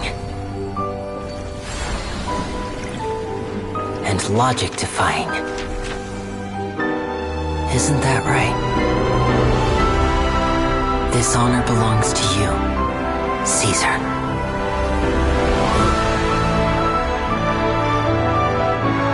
I'm just sorry it's a little late.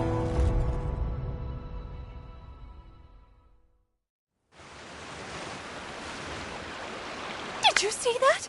1 minute he was falling, and the next, he turned into flowers. How could he possibly have done that? How mysterious. I didn't blink once. He just vanished, right in front of my eyes. What a heart-stopping magic show. This was really worth the trip. Caesar's name has finally been cleared, and Fontaine's new star magician Lyney has fulfilled a wish on his behalf. Oh, I couldn't ask for a better grand finale. It will make a great headline for the Steambird tomorrow, even if I do say so myself. Whew. Looks like everyone really loved Lyney's grand finale. Paimon doesn't see Lyney anywhere.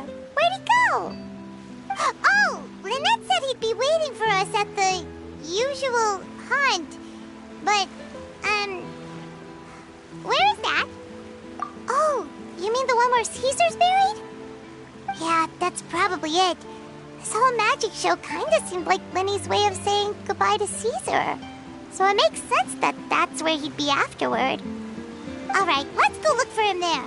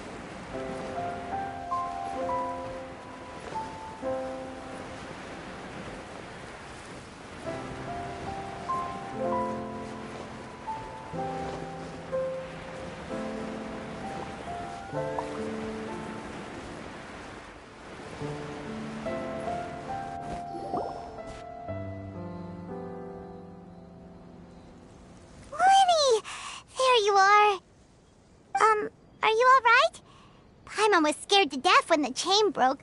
Paimon was sure something had gone horribly wrong. Magic is a performance art.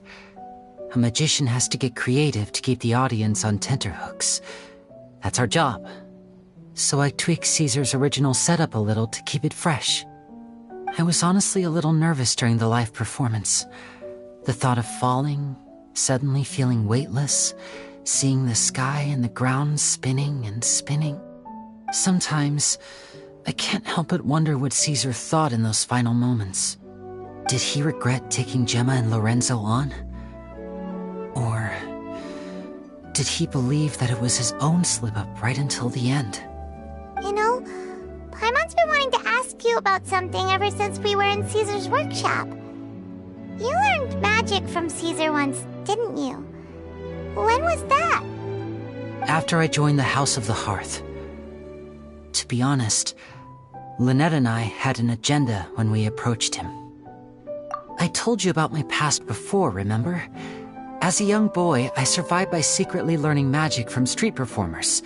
I'd watch their tricks and try to figure out how they were done. But I quickly realized that observation alone could only get me so far. What I saw was the polished final performance, but the rigorous training they put in behind the scenes remained invisible to me. I needed to learn how to improve my sleight of hand, hone my misdirection skills, and make niftier props. We were gifted enough that we'd made some progress by ourselves, but without proper guidance from a professional magician, we quickly plateaued. So that's why you sought Caesar out? Yes. We figured there was no harm in asking, but it took us by surprise that he was so willing to teach us. In all, we only spent 10 short days together, but he was very good to us. By contrast, we hid so many things from him. For instance, when he asked why I wanted to learn magic, I answered, "It's my passion." But in truth, there was already a lot more to the story by then. After being taken in by an aristocrat for our magic talent, then betrayed soon after, this was no longer about me doing what I loved. What amazed me was how the lie escaped my lips even as I was hesitating over whether to tell him the truth. Trust is a beautiful thing. Sadly, I'd forgotten how to trust by then. Lyney. Still worried about the way I feel? You really are a gentle soul, aren't you? But don't worry, I'm used to it now. From the mansions of the elite to the house of the hearth, lies and selfishness have followed me and Lynette everywhere we go. After Caesar went on tour, we became busy with our missions. The next we heard of him was that he'd fallen to his death, and was now declared to be the Phantom Weasel. That night, I remembered his smile. But as I lay there, I didn't know what to say to him. To keep secrets is to put up walls. The longer you keep them up, the less you let people in.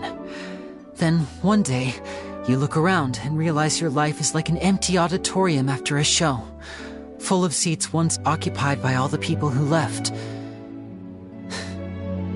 But I guess that's the price we have to pay. You only realize how much someone really meant to you when you lose them completely. That's why I was so confident this would hurt Gemma. Because I felt it for myself. Yeah, cheer up, Lyney.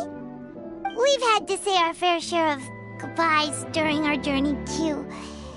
But whatever happens, Paimon always believes in what tomorrow brings. Delicious food, fun toys, and the traveler by my side. Paimon just needs to focus on things like this, and all the unhappy stuff goes right out the window. You know, Traveler, doesn't that kinda make you Paimon's truth? Exactly. It's the same for me and Lynette. We are the truest thing each other has in the world, and nothing can replace that.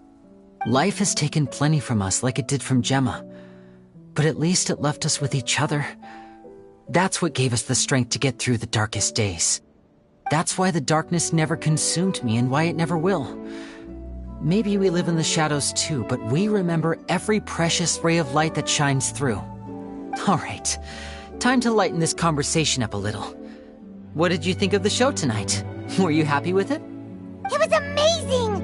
Paimon just wishes we hadn't been so distracted with the Gemma situation. We spent most of our time in the Opera House just talking and pretty much missed the entire first half of the show. Lyney, could you do just one more trick for us? Whoa, that's a bit of a tall order, I'm afraid. The show's just finished, so my sleeves are decidedly card-free right now.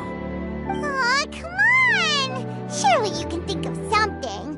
The Lyney Paimon knows can do anything if he puts his mind to it. Oh, all right then. I'll give it a go, but only because it's you. Watch closely. I have a flower in my hand. You liar! There's nothing in your hand! We ain't going along with this! Huh? My goodness, you're right. But I could have sworn I brought one here with me. Okay, try this. Count down with me. 3, 2, 1. 3, 2, 1. Now, have another look around. Maybe the flowers appeared somewhere else. Really? Let's see. Wow, there it is! Oh, this is a different flower from the last time, right? This one's called, oh yeah, a rainbow rose.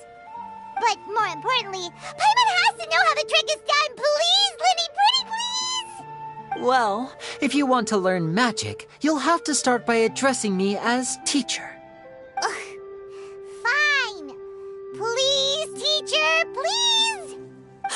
Since you asked so nicely, I'll share one little tip with you. Namely, the student of magic cannot solely rely on others being prepared to reveal their secrets. You have to observe, think, and find the answers for yourself. Is that it? Look at the time. We shouldn't linger here too long. Thanks again for coming to see my show. I bid you both good night. I look forward to seeing you again. All right, fine. See ya. Shall we head back now, too? Oh, Paimon can't wait to read The Steambird tomorrow. Paimon bets Lyney and Caesar will be plastered all over it. Let's head to the Steambird's offices tomorrow morning and see what we can find out.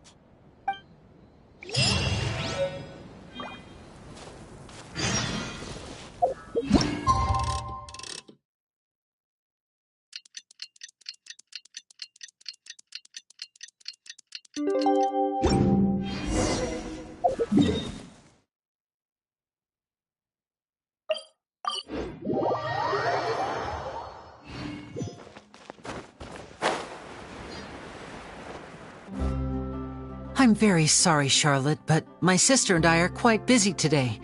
I'm afraid we'll have to decline this interview. Oh, please, Lyney, I'll only take a moment of your time, if you would be so kind. Huh? What's happening here? I spent all night writing my piece about the Phantom Weasel, and it was going to go to print this morning. But just as dawn broke, I suddenly received news that Caesar's fiancée, Gemma, had contacted the guards and confessed to having been the real Phantom Weasel all along. That was quick.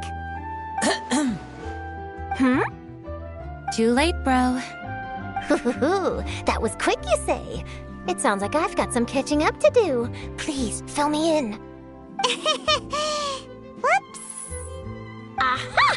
My instincts did not lead me astray. You do have something to hide. Gemma turning herself in must have something to do with Lyney's performance last night. Maybe watching my high-altitude escape trick reminded her of a better time with Caesar, and she could no longer ignore the voice of her conscience. Okay then. Wait, no, there must be more to it. If that's all it took for her to have a change of heart, how did it take her 10 whole years? Well... Oh, I remember now! You and Gemma were nowhere to be found after the show. What happened between you? Quickfire question! Where did you all go after the show? Oh, we went to the cemetery and Lyney did a private magic trick just for us. Actually, glad you mentioned it, because that reminds Paimon, guess what? Lyney started using rainbow roses in his tricks. What? I don't recall ever having received a rainbow rose from you myself. Is this supposed to mean that they're more important to you than your own sister? No, I just, What now? Oh, did Paimon say something wrong again? This is getting pretty awkward. What do we do, Traveler? Seems like this interview wasn't meant to be. Well, never mind. There's always next time. Forgive my persistence, but when there's explosive news waiting to be found, I can't turn away.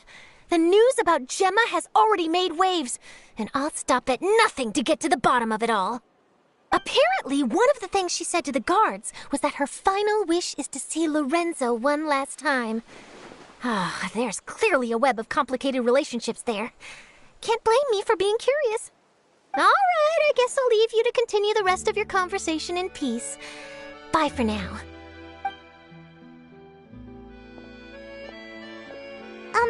Lynette? Paimon didn't mean to... Don't worry, I wasn't angry. I was just trying to distract her. Oh, really? Oh, thank goodness. You scared Paimon there. Phew. You and me both, Paimon. You and me both. At least it did the job, right? Please, take good care of that rainbow rose. I'd be really upset if you lost it.